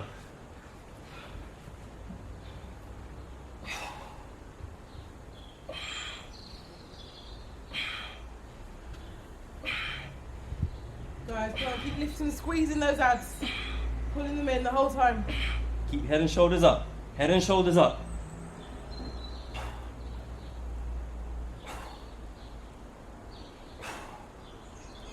How long? Can't see. Oh, wow. 5 seconds. Come 4, 3, 2, and 1. Good work, guys. Okay, One set done. first round done. 1 minute rest. Grab some water. Walk around your space. Have a quick sip of water. We'll go again. So we've been doing up to 4 classes with our members a day. I'm sure lots of our members are watching today. We've got a team of 2 other PTs alongside Dermot doing classes. Yeah. So if you do want to join in our classes, you can find us on Instagram, @FS_Henley. Get in touch. We'll get you involved. Hold on, still got 30 seconds. Don't try and cheat them out their rest. Try and cheat me out my rest. Walk around. Shake it off. How you finding it? You okay? Okay, okay. Guys, I don't know if you can see, but she's got beads of sweat pouring down her forehead the size of peas. Just a little. I'm probably part of that generation that once was quite fit. Through work, families. Probably not so fit at the moment, but it's been good. Lockdown's been good for me actually. Staying busy? I've got my move back on. I've did a little more training, a little more workouts. Minutes up, minutes up. Okay. Okay, squat jumps. Oh, favourite squat jumps, not. So, squat jump. We're going to go down to a squat position for a depth that feels comfortable for you, and we're going to drive through the air. As we drive through the air, we're going to throw our arms back to generate more power. So we're here. When we land, take that split second hold, and then fly through the air again. As Joanne comes down, she's cushioning the landing with her legs rather than her back. So she's keeping that core tight, back nice and flat, cushioning the landing with the legs, and then driving back up through the legs. So the back is staying nice and nice in a neutral position, staying safe, okay? If squat jumps are a bit difficult for you, we're just going to do some power squats. Come down, once again, that's comfortable, and drive up, extending through to your toes and pushing your hips forward. Just trying to get a little more power through them. Okay, they've had 2 minutes rest now. We've been explaining too long. Ready? I'm good. 3, 2, 1, let's go.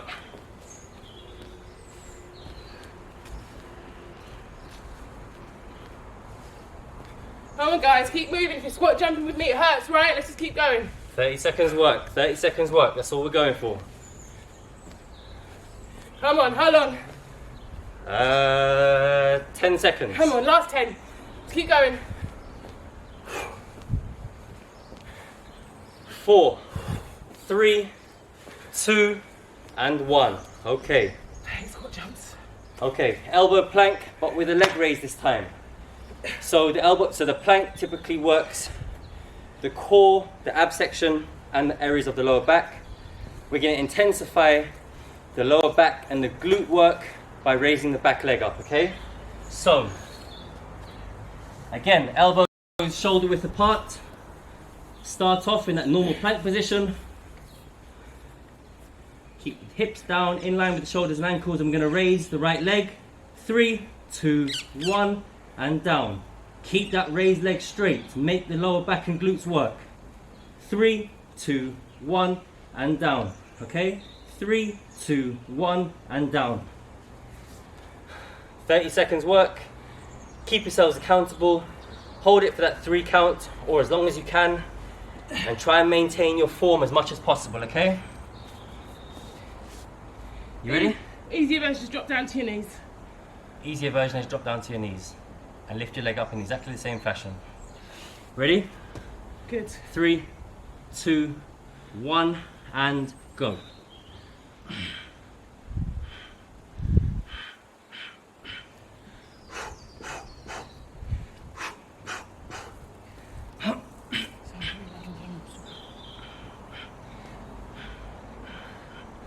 Guys, come on, keep with us, stay moving. Last 10 seconds. 5, 4, 3, 2, and 1. Okay. Over to me. Yeah, single leg high knees. Oh, can you explain? I'll demonstrate. Huh? Can you explain? I'll demonstrate. Okay. So, we're going to be standing up straight. Again, shoulders, hip, ankle alignment. That ensures the back is in a neutral position, a safe and stable position. Hands up on your temples. And we're going to raise the opposite leg, opposite knee to the opposite elbow. Okay? Ready? Great. Oh, but let's keep moving, come on. Okay, 30 seconds work. 3, wait, 5 seconds. 4, 3, 2, and 1. Let's go. Keeping your head up and your back straight, making sure it's your knee that lifts, not rounding your back to meet. It's that knee drive that's really important here.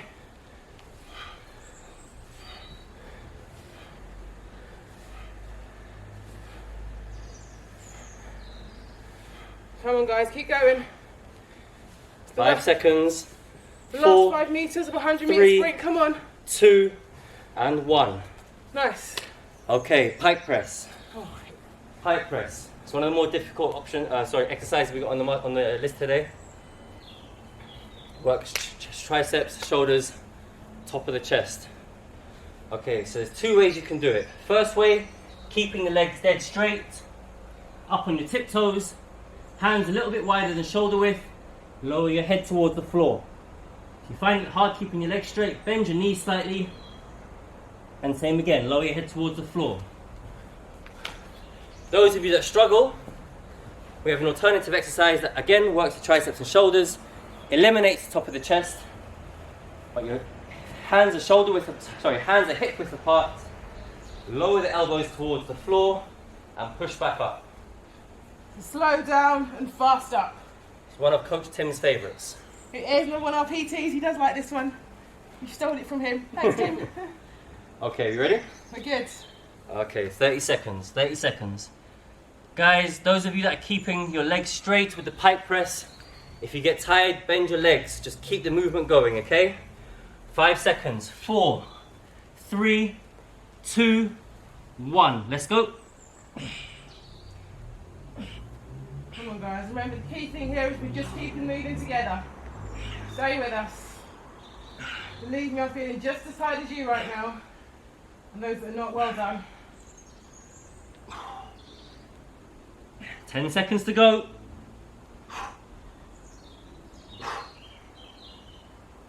4, 3, 2, and 1. Good work, guys. Okay, spider plank. My demonstration. Elbows. Okay, elbow plank. Start off in that elbow plank position.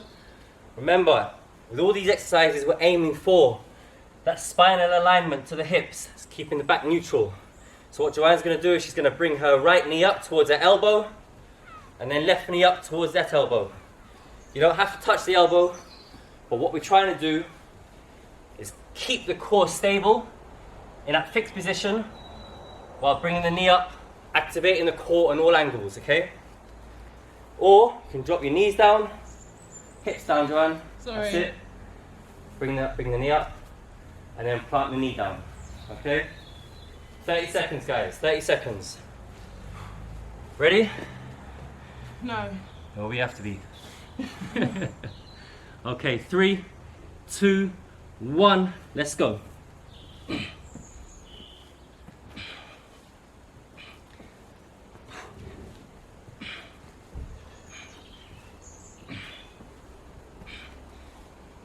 That's it, guys. Come on.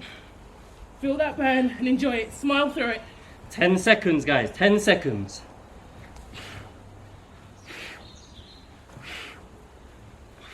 4, 3, 2, and 1. Round 2 done, 1 minute rest. Oh, let's enjoy this rest, guys. Take some water, walk around. Help me up. Thanks. I've had that all locked down. Oh, right, come on. Grab some We're water, good, of grab course some we water. Third and final round coming up, and then cool down. 5 more minutes of work, guys. That's all it is. So we're here trying to bring happiness to your homes. Is our work at bringing you happiness? We hope it is. Obviously, all in aid of a great charity, Henley Lockdown Fest. Raising money. A really great idea. A really lovely concept. Please be part of it. Are you ready? No. Got 15 seconds. Water bottles down. Okay. Another one of Joanne's favourites. Good old lunge. Not just a good old lunge. So we're gonna, for those that would like to, we're gonna modify the lunge slightly. We need to have a 100k bar on our back for this one, so let's just all pick up a 100k bar. 100k weights on my back, as if you were holding a squat bar. Forward lunge, without resting that leg, go straight down to a back lunge. The working leg works the whole time. We try not to put it down in the middle. Okay. Forwards, backwards. Hang on, put my weight down. For those of us that can't pick up 100k, or know we haven't got one, I've got mine. hands on the hips, Hands on the hips, chest up, back straight. Take a step forward, lunge down to a comfortable depth. Some are going to be deeper than others. Drive back up to that start position and then stay on that same working leg. We're doing 20 seconds on one side, 20 seconds on the other. Are we ready? Just get my bar. Good to go. I always knew you were a bit delusional.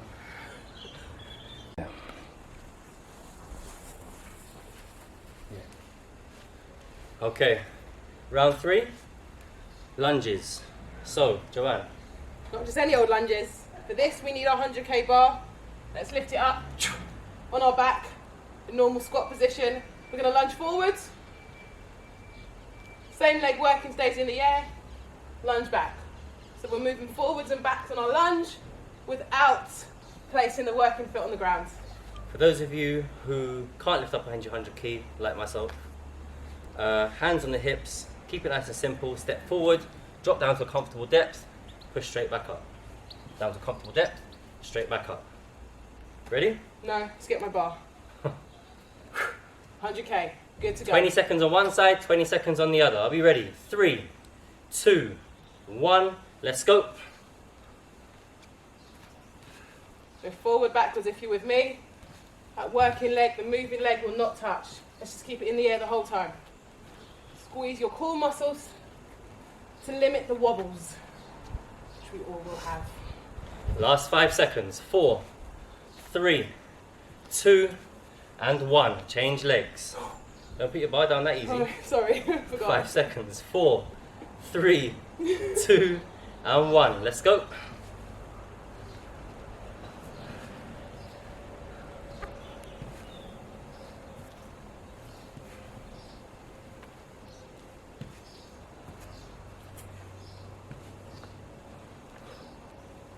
Forward and back, guys. Come on. Just keep stepping. Okay, no matter what we're doing right now at home, we're just going to keep moving. Last 5, 4, 3, 2, and 1. Well done, guys. Oh, my bar. Hang on, damn it. Oh, here she goes. Good. All right, bear crawl. Oh, I hate this. So, it's a core exercise, but it involves a little bit more thought because it involves a little more coordination, okay? So, start off on your hands and knees. Start off on your hands and knees. Get a nice solid base with your toes and your hands, okay? Lift your knees off the floor. We're gonna step opposite hand, opposite leg. 3 steps forward, 3 steps back. 1, 2, 3. Back. 1, 2, and 3. Forward. 1, 2, 3, and back. Okay? Aim is to keep the back nice and flat and try and maintain as much coordination as possible. I do find this one difficult, don't I? It's quite hilarious. But we're here to have fun. So those of you that struggle with the coordination, it's absolutely fine. Just enjoy Just enjoy it and move. and keep moving. Are you ready, Joanne? I'm good. Are you Okay. ready? Okay. Yes. 5 seconds. 4, 3, 2, and 1. Let's go. Remember, it's not a race. It's about coordination and balance. Take your time. Then the more proficient you get, the more you can speed it up.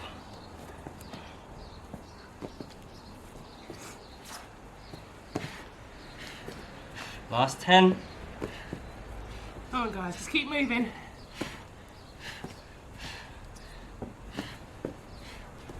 Why are you breathing like that? It is hard. 4, 3, 2, and 1. Ah. Come on. What Hi. we got next? High knees with a clap. Oh, I love this one. High knees with a clap. Okay, so It's one of Joanne's party moves. all the time on the dance floor, this one. So it's a high knees. When we have lift our knee, we're clapping underneath the knees. So we're alternating the knees. When we lift the knee up, we're pulling the toe towards the sky or the ceiling. No ballerinas, pull them up. We're all sprinters, remember, today. Make it a little more dynamic, and we're here. Nice and springy on our toes. Come on. Okay, we ready? 3, 2, 1, let's go. So those of you that have trouble with the coordination, start up with your high knees and clap underneath. And then, as soon as you become a little bit more comfortable with the exercise, we can start to speed it up a little bit. It's all about rhythm. Just find the rhythm, guys, and stick with it.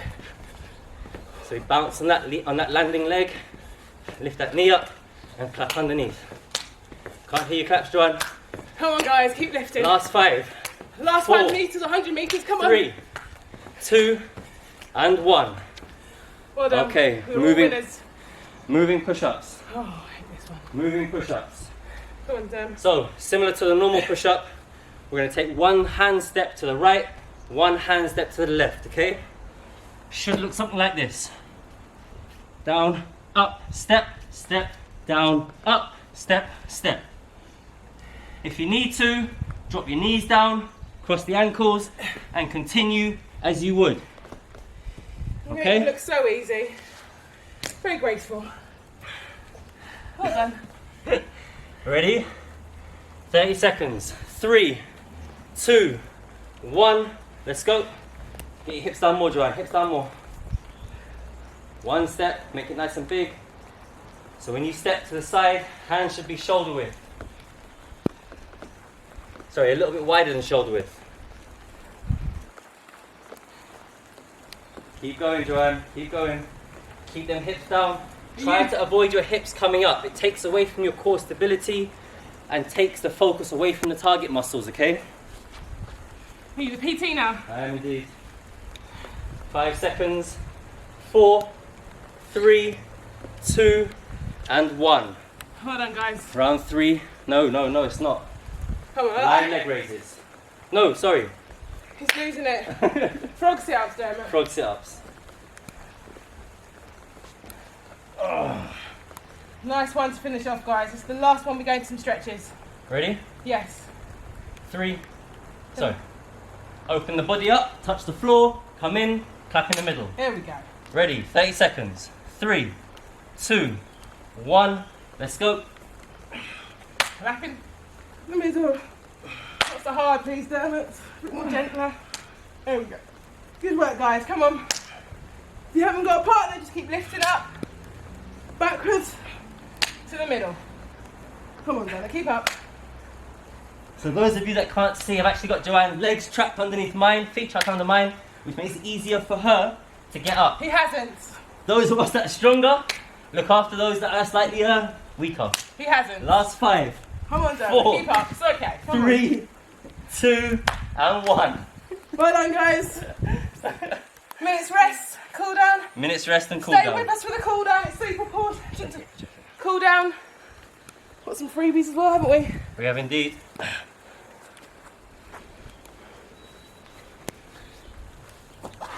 So we've got four stretches just to bring that body back to a nice comfortable state after the exercises.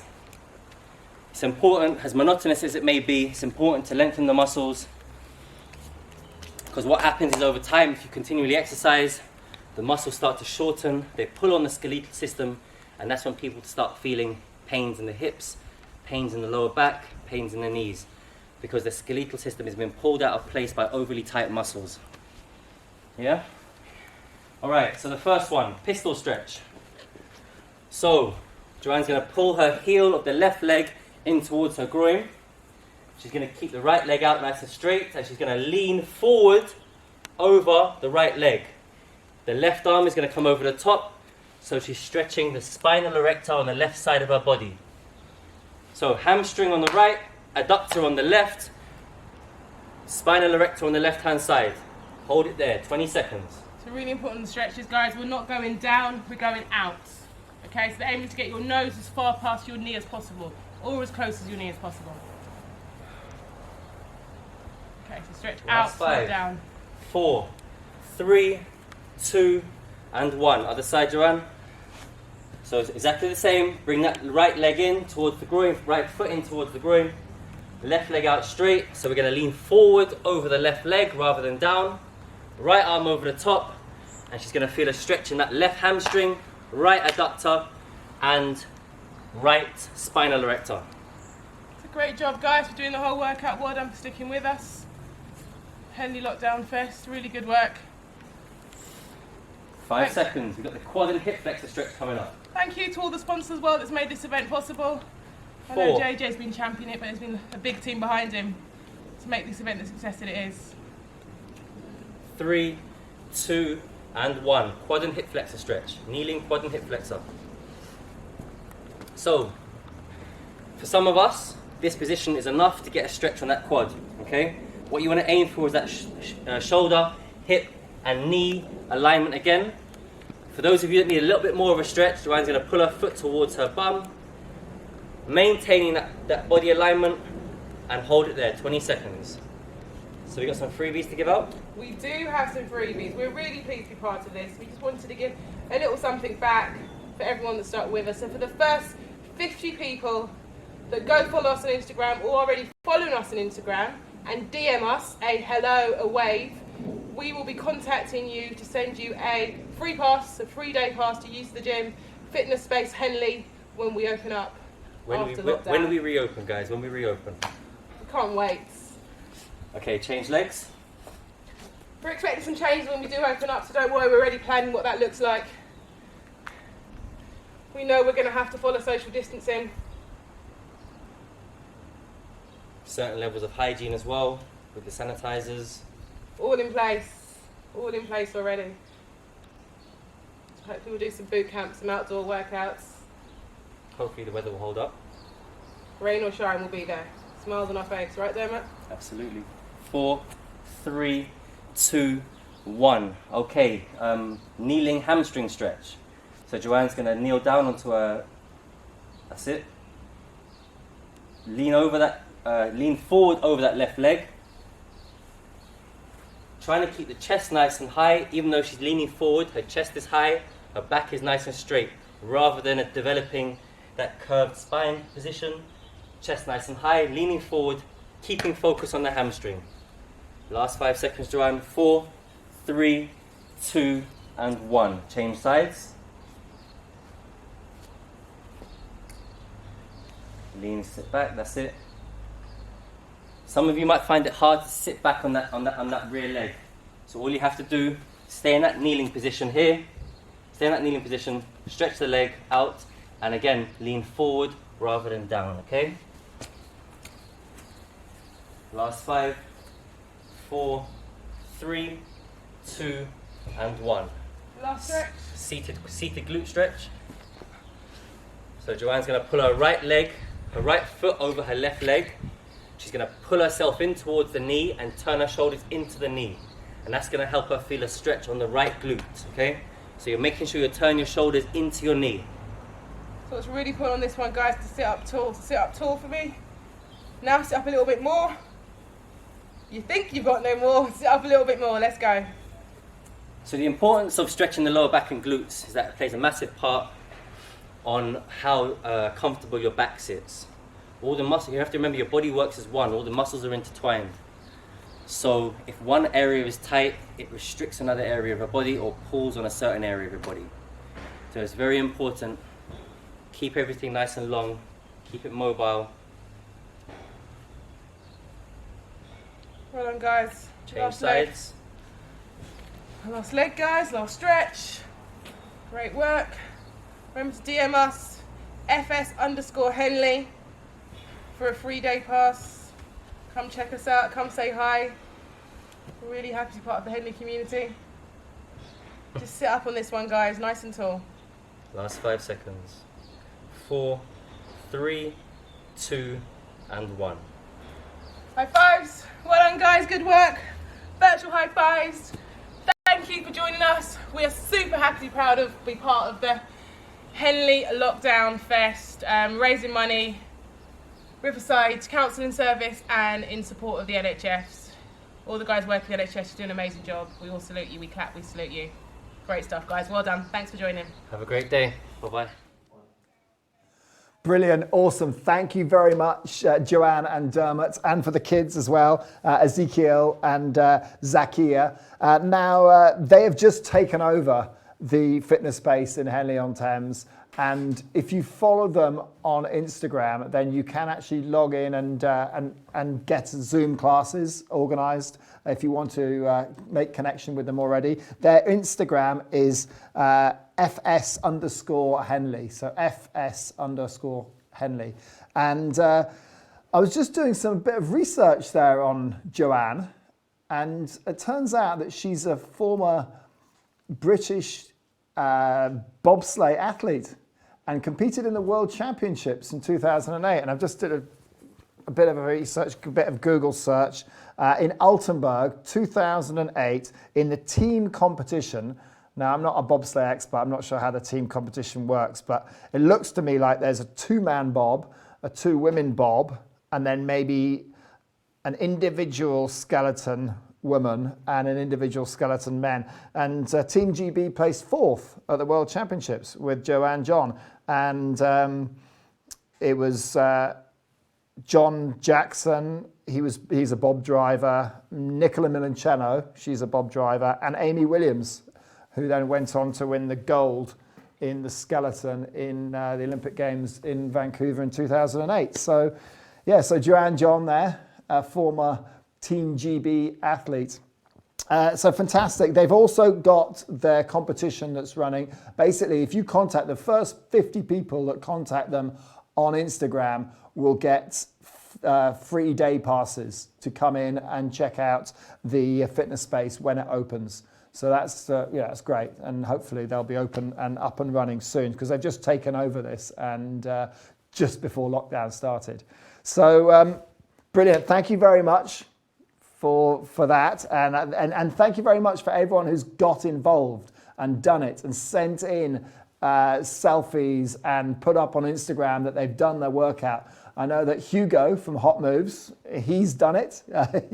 He's looking rather red in the face, but he's put the effort in for the next session that's coming up, which is cooking, which is great because he's earned his lunch. So we want that. We want some real community spirit. We want some.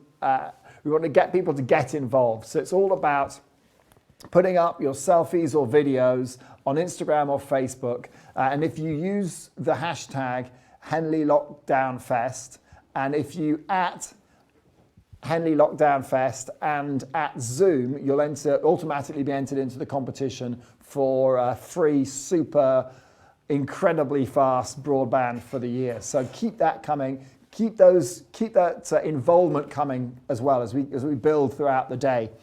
We've got more coming up later. So the next session that we're going to have is Crockers. It's going to be a cookery class with Tom Westerland. And we're hoping to get their mixologist, Ryan, involved as well. So we're going to have cooking and cocktail making coming up next, which is going to start at 12 o'clock. So yeah, that is what we're going to have the next. And then we'll start again at 2 with our acoustic sets. We've got Katie Mobley and Megan Henwood are playing. Then we've got more cooking with Paul at the Crooked Billet. Then I'm interviewing Ross Brawn, if you're into Formula One.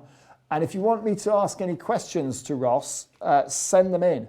And I will try and fit them in as well. I know that my dad is a massive Formula One fan and has already emailed me a list of questions for Ross Brawn. But if you've got any particular questions you'd like to ask, because he's now one of the head honchos at F1, and F1 are talking about starting back up again in July, I think with a double race in Austria and then a double race at Silverstone. So interesting stuff from Ross. We should be able to get the inside view from Ross Brawn about what's happening with F1. Then we've got wine tasting with Alistair Cooper. He's the sommelier at Crockers as well. So that's at around about 5:45. Then there's a small break before we start the evening session. We've got Okium playing his set. And then Natasha Hamilton, the Atomic Kitten, plays from 9 to 9:45. And then we finish off the night with the DJ Jamie Taylor, who's played at Henley Rewind, Henley Festival. And he's, if you haven't heard Jamie play locally, then you obviously haven't been out much, because he's been all around. Let's bring you up to date with our charity donations so far. I can tell you that our running total is £10,046, which is absolutely amazing because we're only just over 2 hours into this. This is a whole weekend. If you go on to the website, henleylockdownfest.com, there's an option of 2 charities that we're both supporting. The NHS, obviously, really, really important to support the NHS right now, but also Riverside Counselling Service. It's a local charity, and it's really, really important to support mental health right now because the lockdown is tough on people, and it will be tough on people for many months to come, for vulnerable and old people until those boffins in Oxford can find a vaccine. We're in this kind of for the long run, and we talk about the new normal. Well, this is going to be tough for a while yet. So that's why we're trying to do this, to bring happiness, positivity back into Henley. So yes, so 2 charities, NHS and Riverside, we're up to 10 grand already. Also, if you're looking at different ways to watch, the best way to watch is on your smart TV. If you've got a smart TV, there are actually, we've updated the website and there is more instructions on how to get your smart TV to work. You can either do it through the Facebook app or the YouTube app, but yeah, YouTube is easiest, but it's just you've got to search for Blue Wing Media. All one word, Blue Wing Media, and that will get you through to the YouTube app. We're going to take a quick break for about 35 minutes or so, and then we'll be back at midday for Tom Westerland, who is the chef at Crockers, and we'll be back then. See you soon.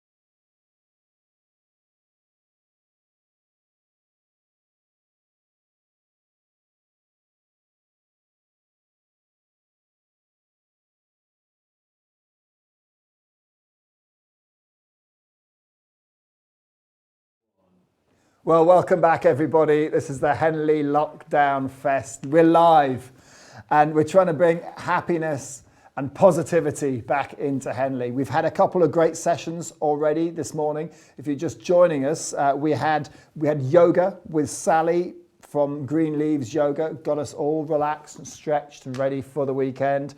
Then we had Joanne and Dermot with the Henley Fitness Space, or Henley Fitness Space Henley, doing an amazing session. And if you did that session, then you've certainly earned your lunch.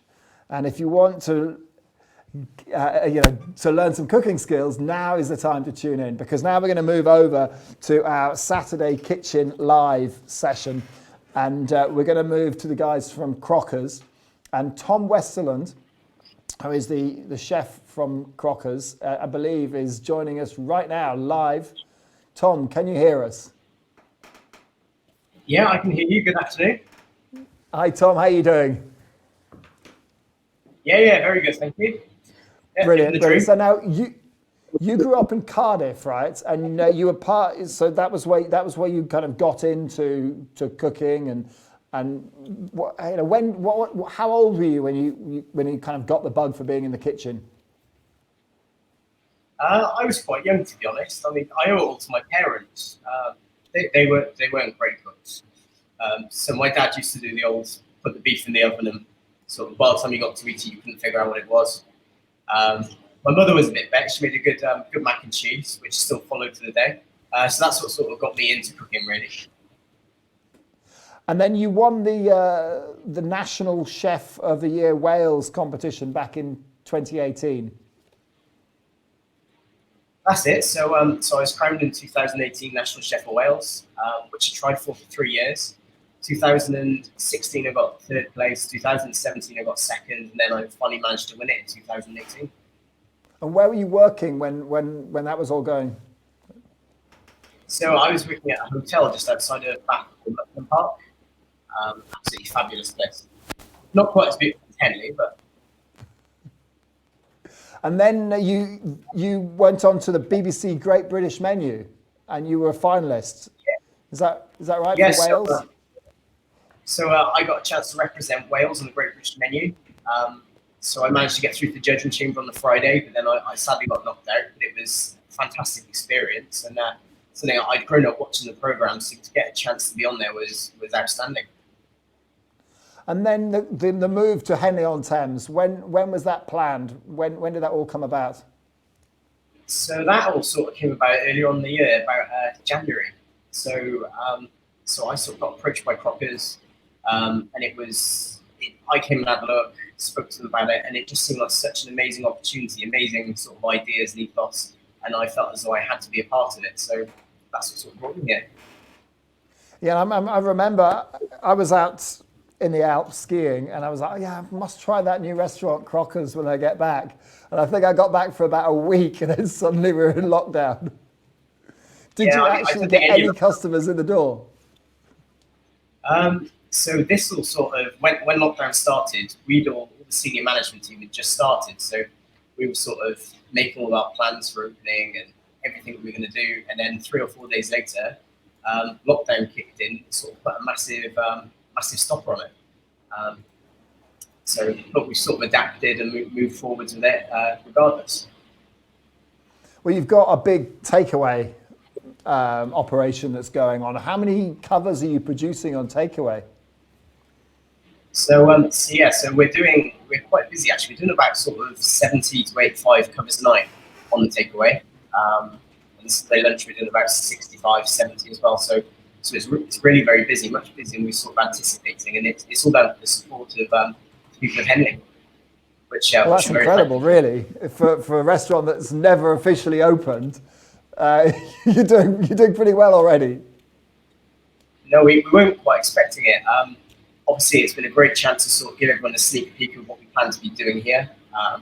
Sort of get the excitement buzzing, so that on the other side of this, when we do get to open, we should in theory already have some great regulars and a lot of excitement and buzz about it. So what's on the menu? What have you got on the menu there?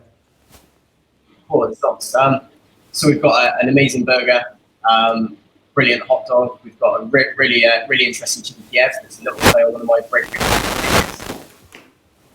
Some really interesting desserts. We've got a banoffee shoe bun that's quite different, like chocolate raspberry donut.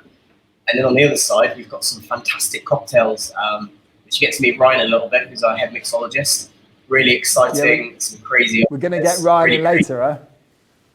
Yeah. So you're going to get a little sort of cocktail experience, and then me and him are going to have an omelette challenge. He's much better than omelettes than I am, so you'll see later on. We've also got cracking. Sorry, carry on. We've got some cracking wines in our bottle shop as well, which are sort of on sale. So we've got a lot on offer. And you're involved in the wine tasting later as well, with Alistair Cooper. So the wine tasting that's going on later on with Alistair, we're supplying the wines that you'll be able to actually try them along with the tasting and sort of see what you think. I know I would be.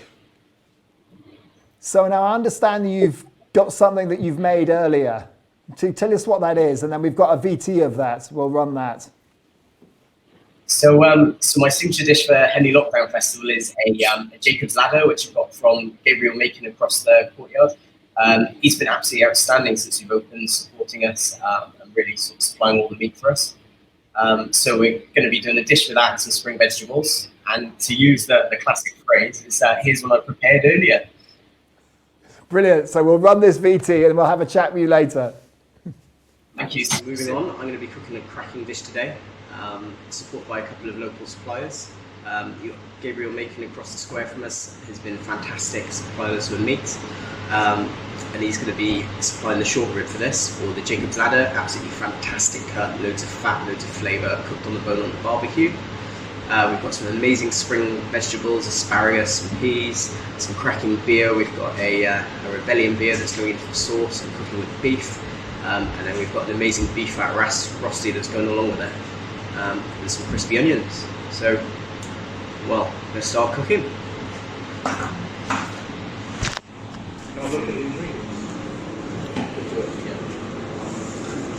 Right, so we have a quick look at our ingredients. Do you want to include that in your... Mate, we're filming. So we'll start going through our ingredients. So this is the beef short rib with Jacob's Ladder, absolutely fantastic cut. Now, I've done a little shortcut on it. I've already sort of braised it. So it's a good sort of 4 or 5 hours cooking. So we barbecue it to get really nice caramelization on the outside. Then we braise it in some Rebellion beer, a couple of herbs and spices, chill it down so you get that great shape. So what we're going to be doing with this is finishing it on the barbecue, and then we're going to glaze it up in its own juices just to finish it off. So this here is the Rebellion beer we'll be using. It's Rebellion Black.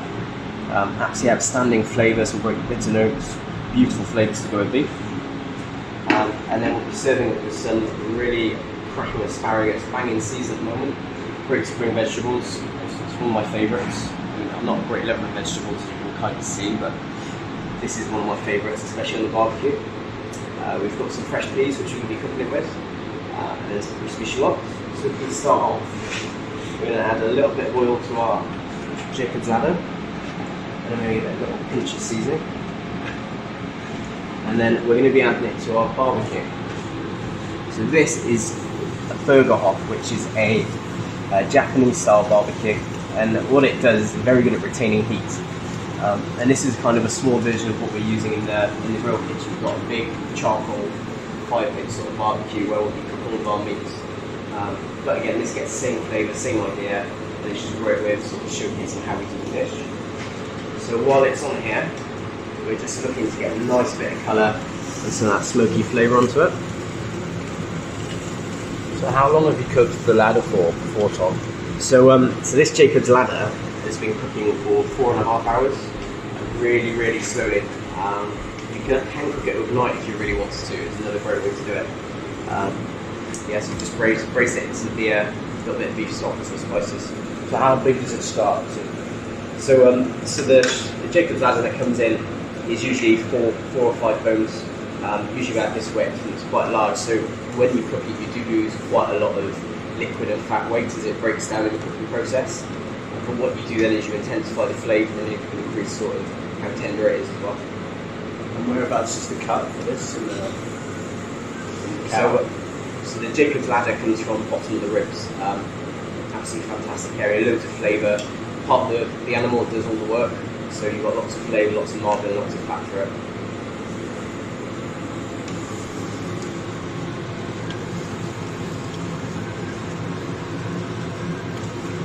Right, so while that is on the barbecue, we're going to move across and we're going to be doing our beef fat roasted.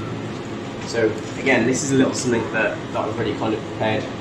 So it doesn't really look like a roasty yet because we're still yet to colour it up. But what we've done is we've taken Maris Piper potatoes, peeled them, we've grated them, salted them to help reduce sort of the moisture content, squeezed all the liquid out and then mixed it with some beef fat and some garlic. Slow cooked it in a vacuum packed bag for 4 hours and then chilled it and portioned it into these nice little wedges, ready to sort of pan fry. So we're going to go across to the stove. And we're quite lucky here at Crockers because we've all been given, all 3 kitchens, absolutely fantastic stoves made by controlled induction. Revolutionary way of cooking, no gas, completely clean, economical, really easy to clean down the end of the night, and just great control overall. And it's much nicer for us because you haven't got masses of heat to stand in front of when you're cooking, unless you've got a massive barbecue. So a small mat boil, nice medium heat, and then we're going to add the roasted to the pan. And what we're looking for is a really nice caramelisation all the way around, and that should heat it through. So Tom, just going back to the Jacob's ladder, is there a Welsh term for Jacob's ladder? Because you want a Welsh chef to get right, so is there a language difference there? So yeah, I won National Chef of Wales in 2018. The one issue with that is I don't speak a word of Welsh really. I can say hello, bye. So I imagine there is a word for Jacob's ladder, but I don't have any idea what it is. Maybe somebody can tell me. But... So if we're going back to the Jacob's ladder, you can kind of see now it's got a really nice sort of colorant on it from the barbecue.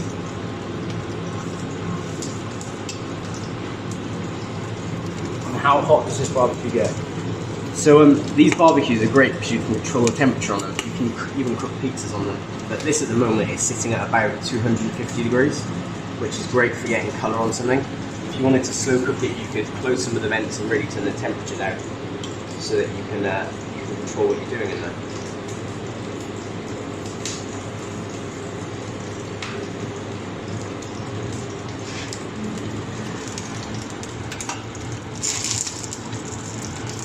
See this now start to heat down. So you just really wait for it to start colouring up.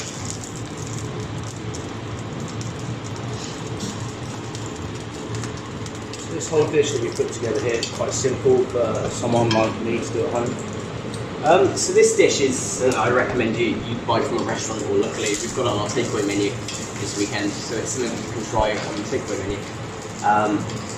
There's elements of this that you can definitely cook at home, and if you sort of keep your eyes peeled, we will be releasing some elements of the recipes for it so that you will be able to cook this at home. But I would recommend you have a good crack at all of them and see if you can put them together and achieve what we sort of have on the plate at the end. So while we're waiting for that to colour up, we're going to be adding our asparagus to the barbecue. So we're going to just oil up our asparagus. All I've done to these, slightly different, is these little nails that are on the edge of them. I've just removed them with a small knife. They just take away a little bit of the texture from the outside of the asparagus. When it's this thin, I wouldn't really recommend peeling it. As it gets sticky, you can do if you wish to. So we're going to oil those up, get a little pinch of salt, and then we're going to place them on the barbecue. And all we're looking for here is to get some really nice sort of bar lines on them.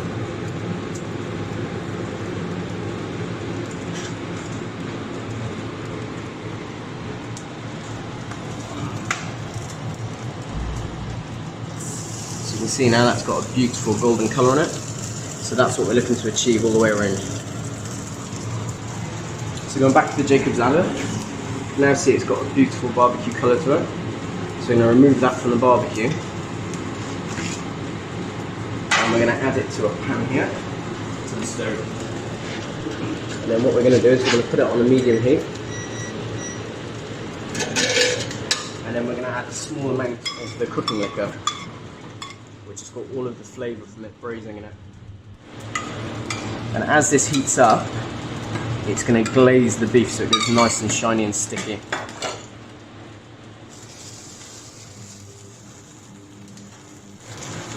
Do you work with beer a lot? Like you used Rebellion in this one. Is this something that's like a core ingredient for you in your cooking?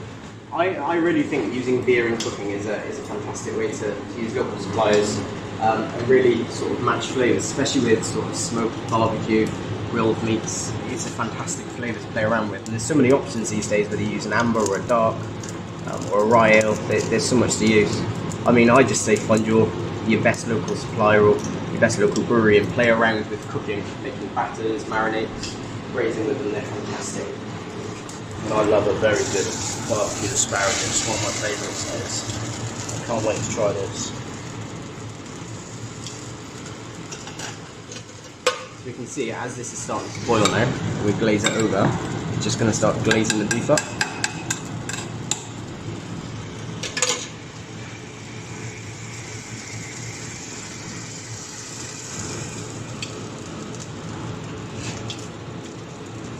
So now it's nicely coloured. We're just going to remove this from the pan. We're just going to place it there ready to plate up. And then we're going to be looking at finishing our last little garnish off. This is going to be our little beef fricassee. So, pan on the heat again. We're going to put a little dash of water, a couple of knobs of butter, and a pinch of salt.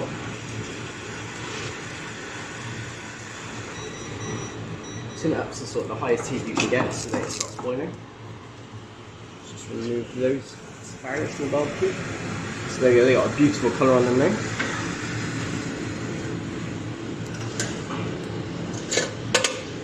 Keep an eye on this beef at the same time.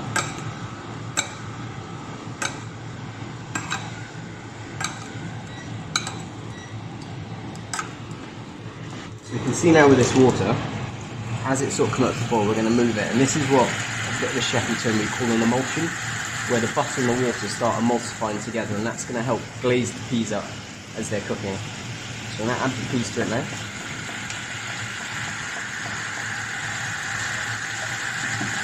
And then wait for it to come back to the boil again.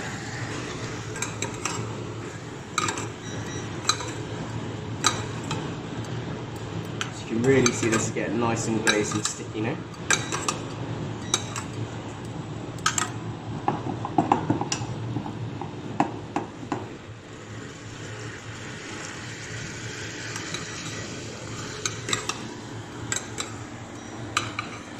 How long have you worked with Crockers, Tom? Are you new here or? So I haven't been working with Crockers very long. I sort of got approached earlier on in the year to come and look at sort of the grill and what's going on, and then I've been involved a lot more closely in the past sort of 2 or 3 months. So our beef there, beautifully glazed up, nice and shiny and sticky. So we're going to put that on the pass ready to plate along with some of our garnishes.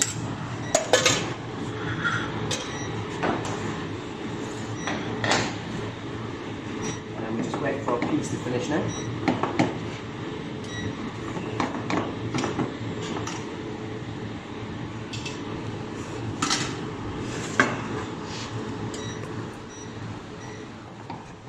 So we're also going to use a small amount of this cooking liquor just to glaze it up at the end as a little sauce.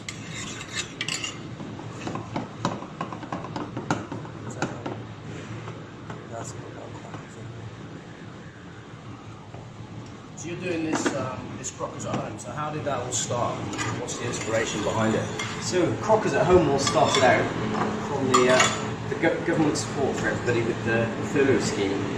Because of when we started, we fell through a little sort of gap in the system, so that we weren't able to claim the support for it. So everyone that sort of started at Crockers have opened this up, Crockers at Home, to try and support the community and sort of support everybody that works here. So that on the other side of this, we've got a beautiful restaurant that everybody can come and enjoy. Right, so we can see these peas are really nicely glazed now. So they're going to go across the pass, and we're just going to pull that sauce off there. And we're going to start plating up. So plates are as important as the foods. you eat with your eyes as much as you do with your taste buds. So it's very important that you choose a plate that's going to match what you're plating up. So we're going to start off by placing our short rib just off centre.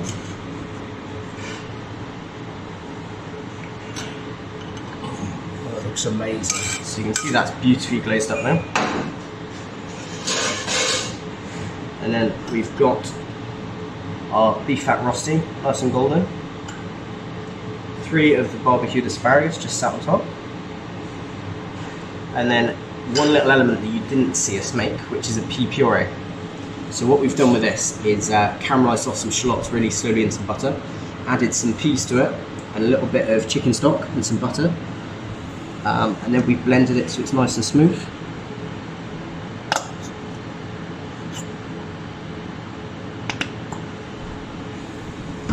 And then we've got a couple of baby shallots just to finish this off, which have been coated in milk and flour and then deep fried so they're nice and crispy. This is just finished with a small amount of sauce. And then as a little side dish to go along with it, we've got our nice peas, nicely buttered.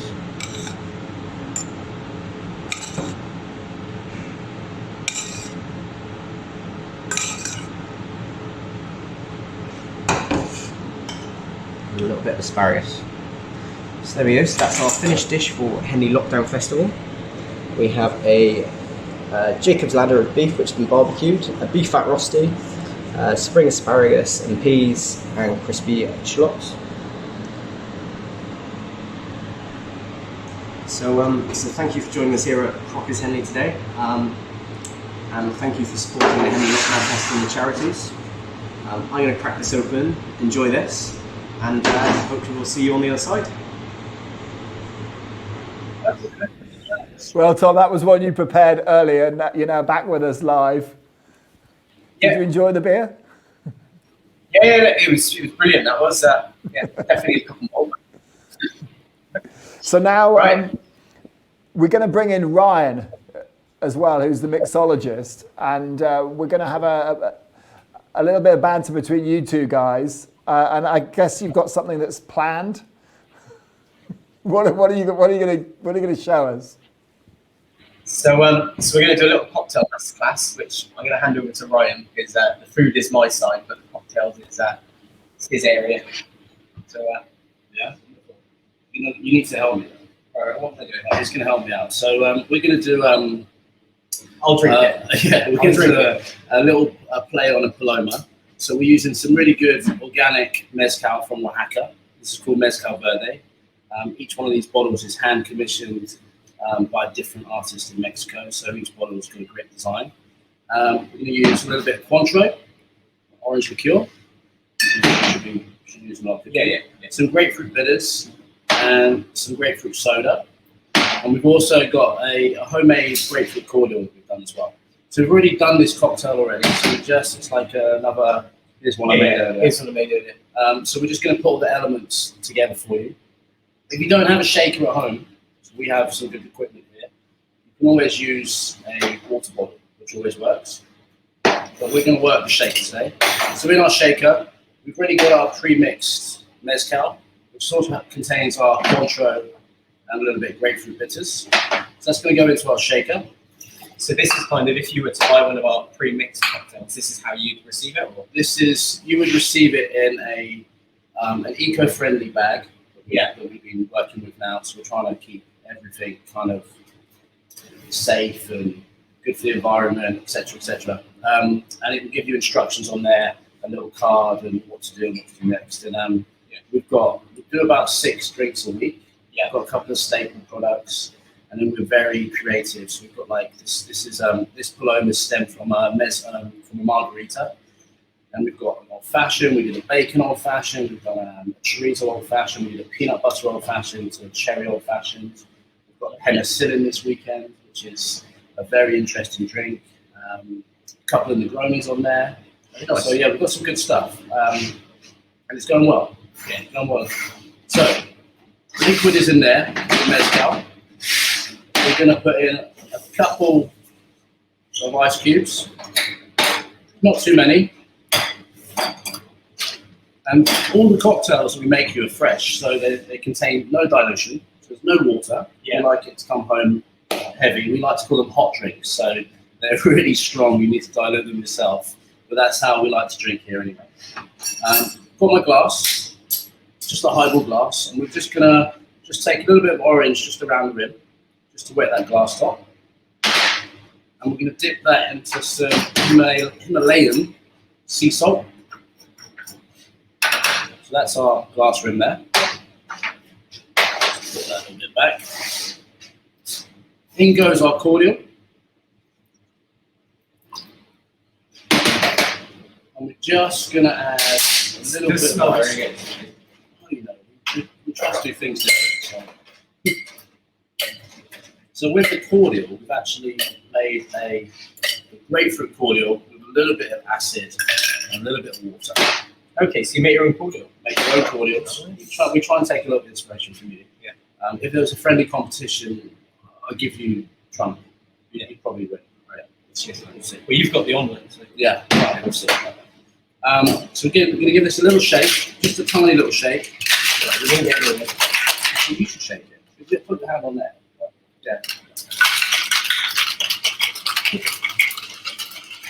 How many to do? That's fine. That's all right. If there was a Welsh Chef of the Year shake-off, you would have come first. That was the biggest workout I've done all week. So I'm just going to give this a little taste. Very beautiful. Mezcal has a really nice smoky overlay to it. Look at the colour. Fantastic for these kind of drinks. Well, if you want to do an old-fashioned, we can mix that in there as well. And we're just going to finish this off with a little grapefruit soda and tonic. Just sits on top. Like so. And this drink, there we are. So I don't know if you guys can see that. It's a bit of light bright in here. It is. It is pink. It's pink and it's got a nice clear white top, salty rim. And Tom, what do you think? How we go? It goes really well with Jacob's ladder, I think. Oh, it's Cheers, guys. Cheers, guys. Can you hear me? Yeah. So That looks absolutely amazing. I'm virtually tasting it right now. It looks brilliant. Yeah, So you can order them on takeaway. yeah, so these are all ordered on takeaway, and they actually come. We've got one to show you.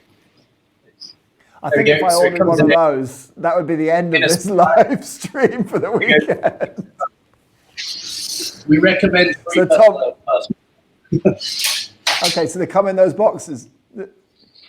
Yeah, they come in a pre-packed bag as such. We were looking at bottles, but the bags are very eco-friendly and all hand-signed. A lot of work goes into them. We're grinding in here every Sunday, Monday, trying to get multiple drinks out for you guys. So. So you can basically ring up, order a cocktail, walk around, pick it up. Absolutely, yeah. Take it home. That's me sorted for the rest of the week then. So, So Tom, so we've done the cocktail. What are we going to move on to now? so me and Riley are going to have a little omelette challenge. He always makes a better omelette than me, so we're going to put it to the test. A little bit the old throwback in Saturday kitchen. So we're just going to move the camera and we'll go back to it. All right. I thought we had to do it at the same time. You just cheated. All right, I'll turn it off then. Right. We have to do it. Hang on. Yeah. 3, 2, 1, go. The angle.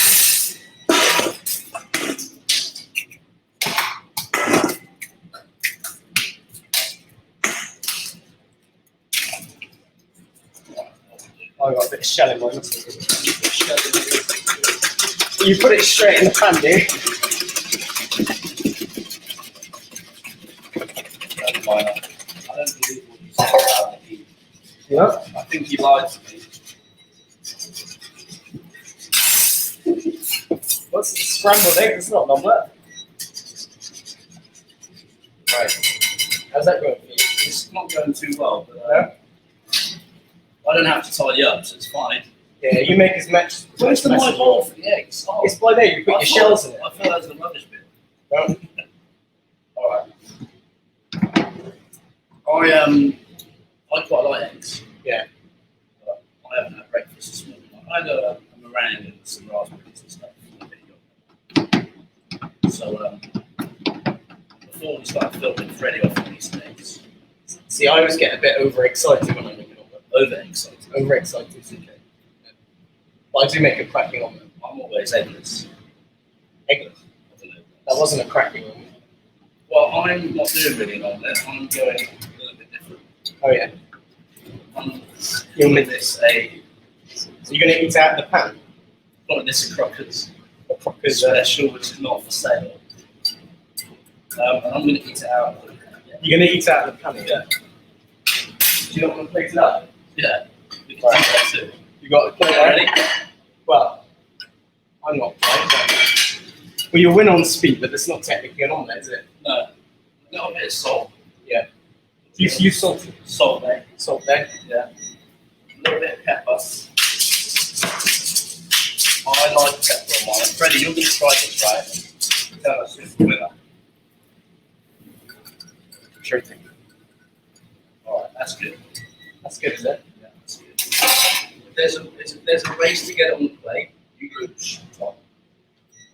I'll switch my production on first. That looks actually really good. Well, Who wins? so, oh, I don't know if we can see it. There's too much light. No, I don't know. But I win. But we can't see it. But there's scrambled eggs. there's scrambled eggs. Who likes scrambled eggs over an omelette? I think. And there we go. We've got an omelette. I think, personally, I think that if you were going to go for scrambled eggs, then Ryan's looked really good. But if you're talking about omelets, then it's got to be Tom. All right. There we go. But well done, guys. That was also absolutely awesome. So, So we've got quite a So, few yeah, viewers watching at home. If you are watching at home, then message us, use the hashtag, and you can decide. And we'll have a viewer poll as to who won that omelette making competition. Well, thanks, guys. That was absolutely awesome. So Crockers, Tom and Ryan doing that takeaway service and opening a restaurant right at the start of lockdown and then still kind of making it work is pretty incredible. And it just shows that that's the kind of thing that you can do. And it is about trying to think of different ways to, to work. And it can help. It can help. It can work. So we've got a lot of people watching.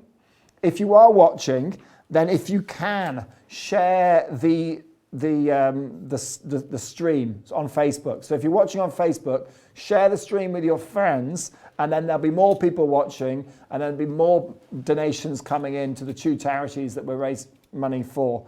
So if you can share the stream, that would be absolutely brilliant. We've also got a couple of birthday shout outs. If you know anyone else who's got a birthday over the weekend, then let us know. But big shout out to Michael O'Driscoll and Charlie Chavez. So Michael O'Driscoll and Charlie Chavez, happy birthday.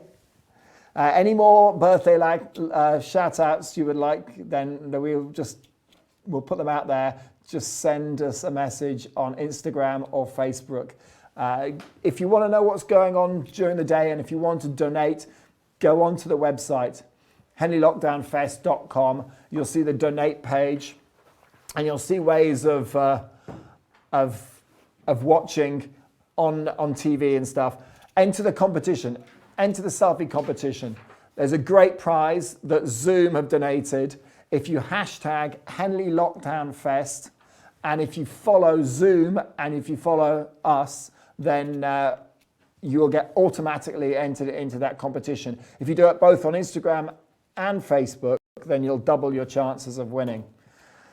We're going to cut the stream right now. If anyone's technical out there, well, basically what we're going to do is we're going to close this line down and then come back up at 2 this afternoon. We've got acoustic sessions. We've got Katie Mobley with her band Hoverfly and Megan Henwood. They're going to be coming back on at 2 o'clock. So what is going to happen is we're going to shut the stream down now. So when you come back, you might need to refresh, or you can't, maybe not just refresh, you might have to close your browser down and then log back in again using the same URL as before.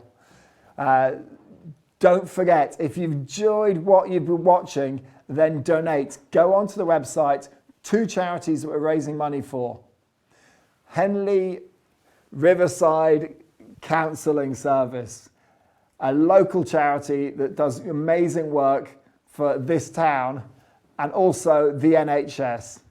So if you've enjoyed what you're watching, please donate. As I say, this is a long weekend. You're going to dip in, dip out, but most importantly, donate. We'll see you again at 2. We're going to shut the stream down, but we'll be back at 2 o'clock for our first music sessions. We'll see you then.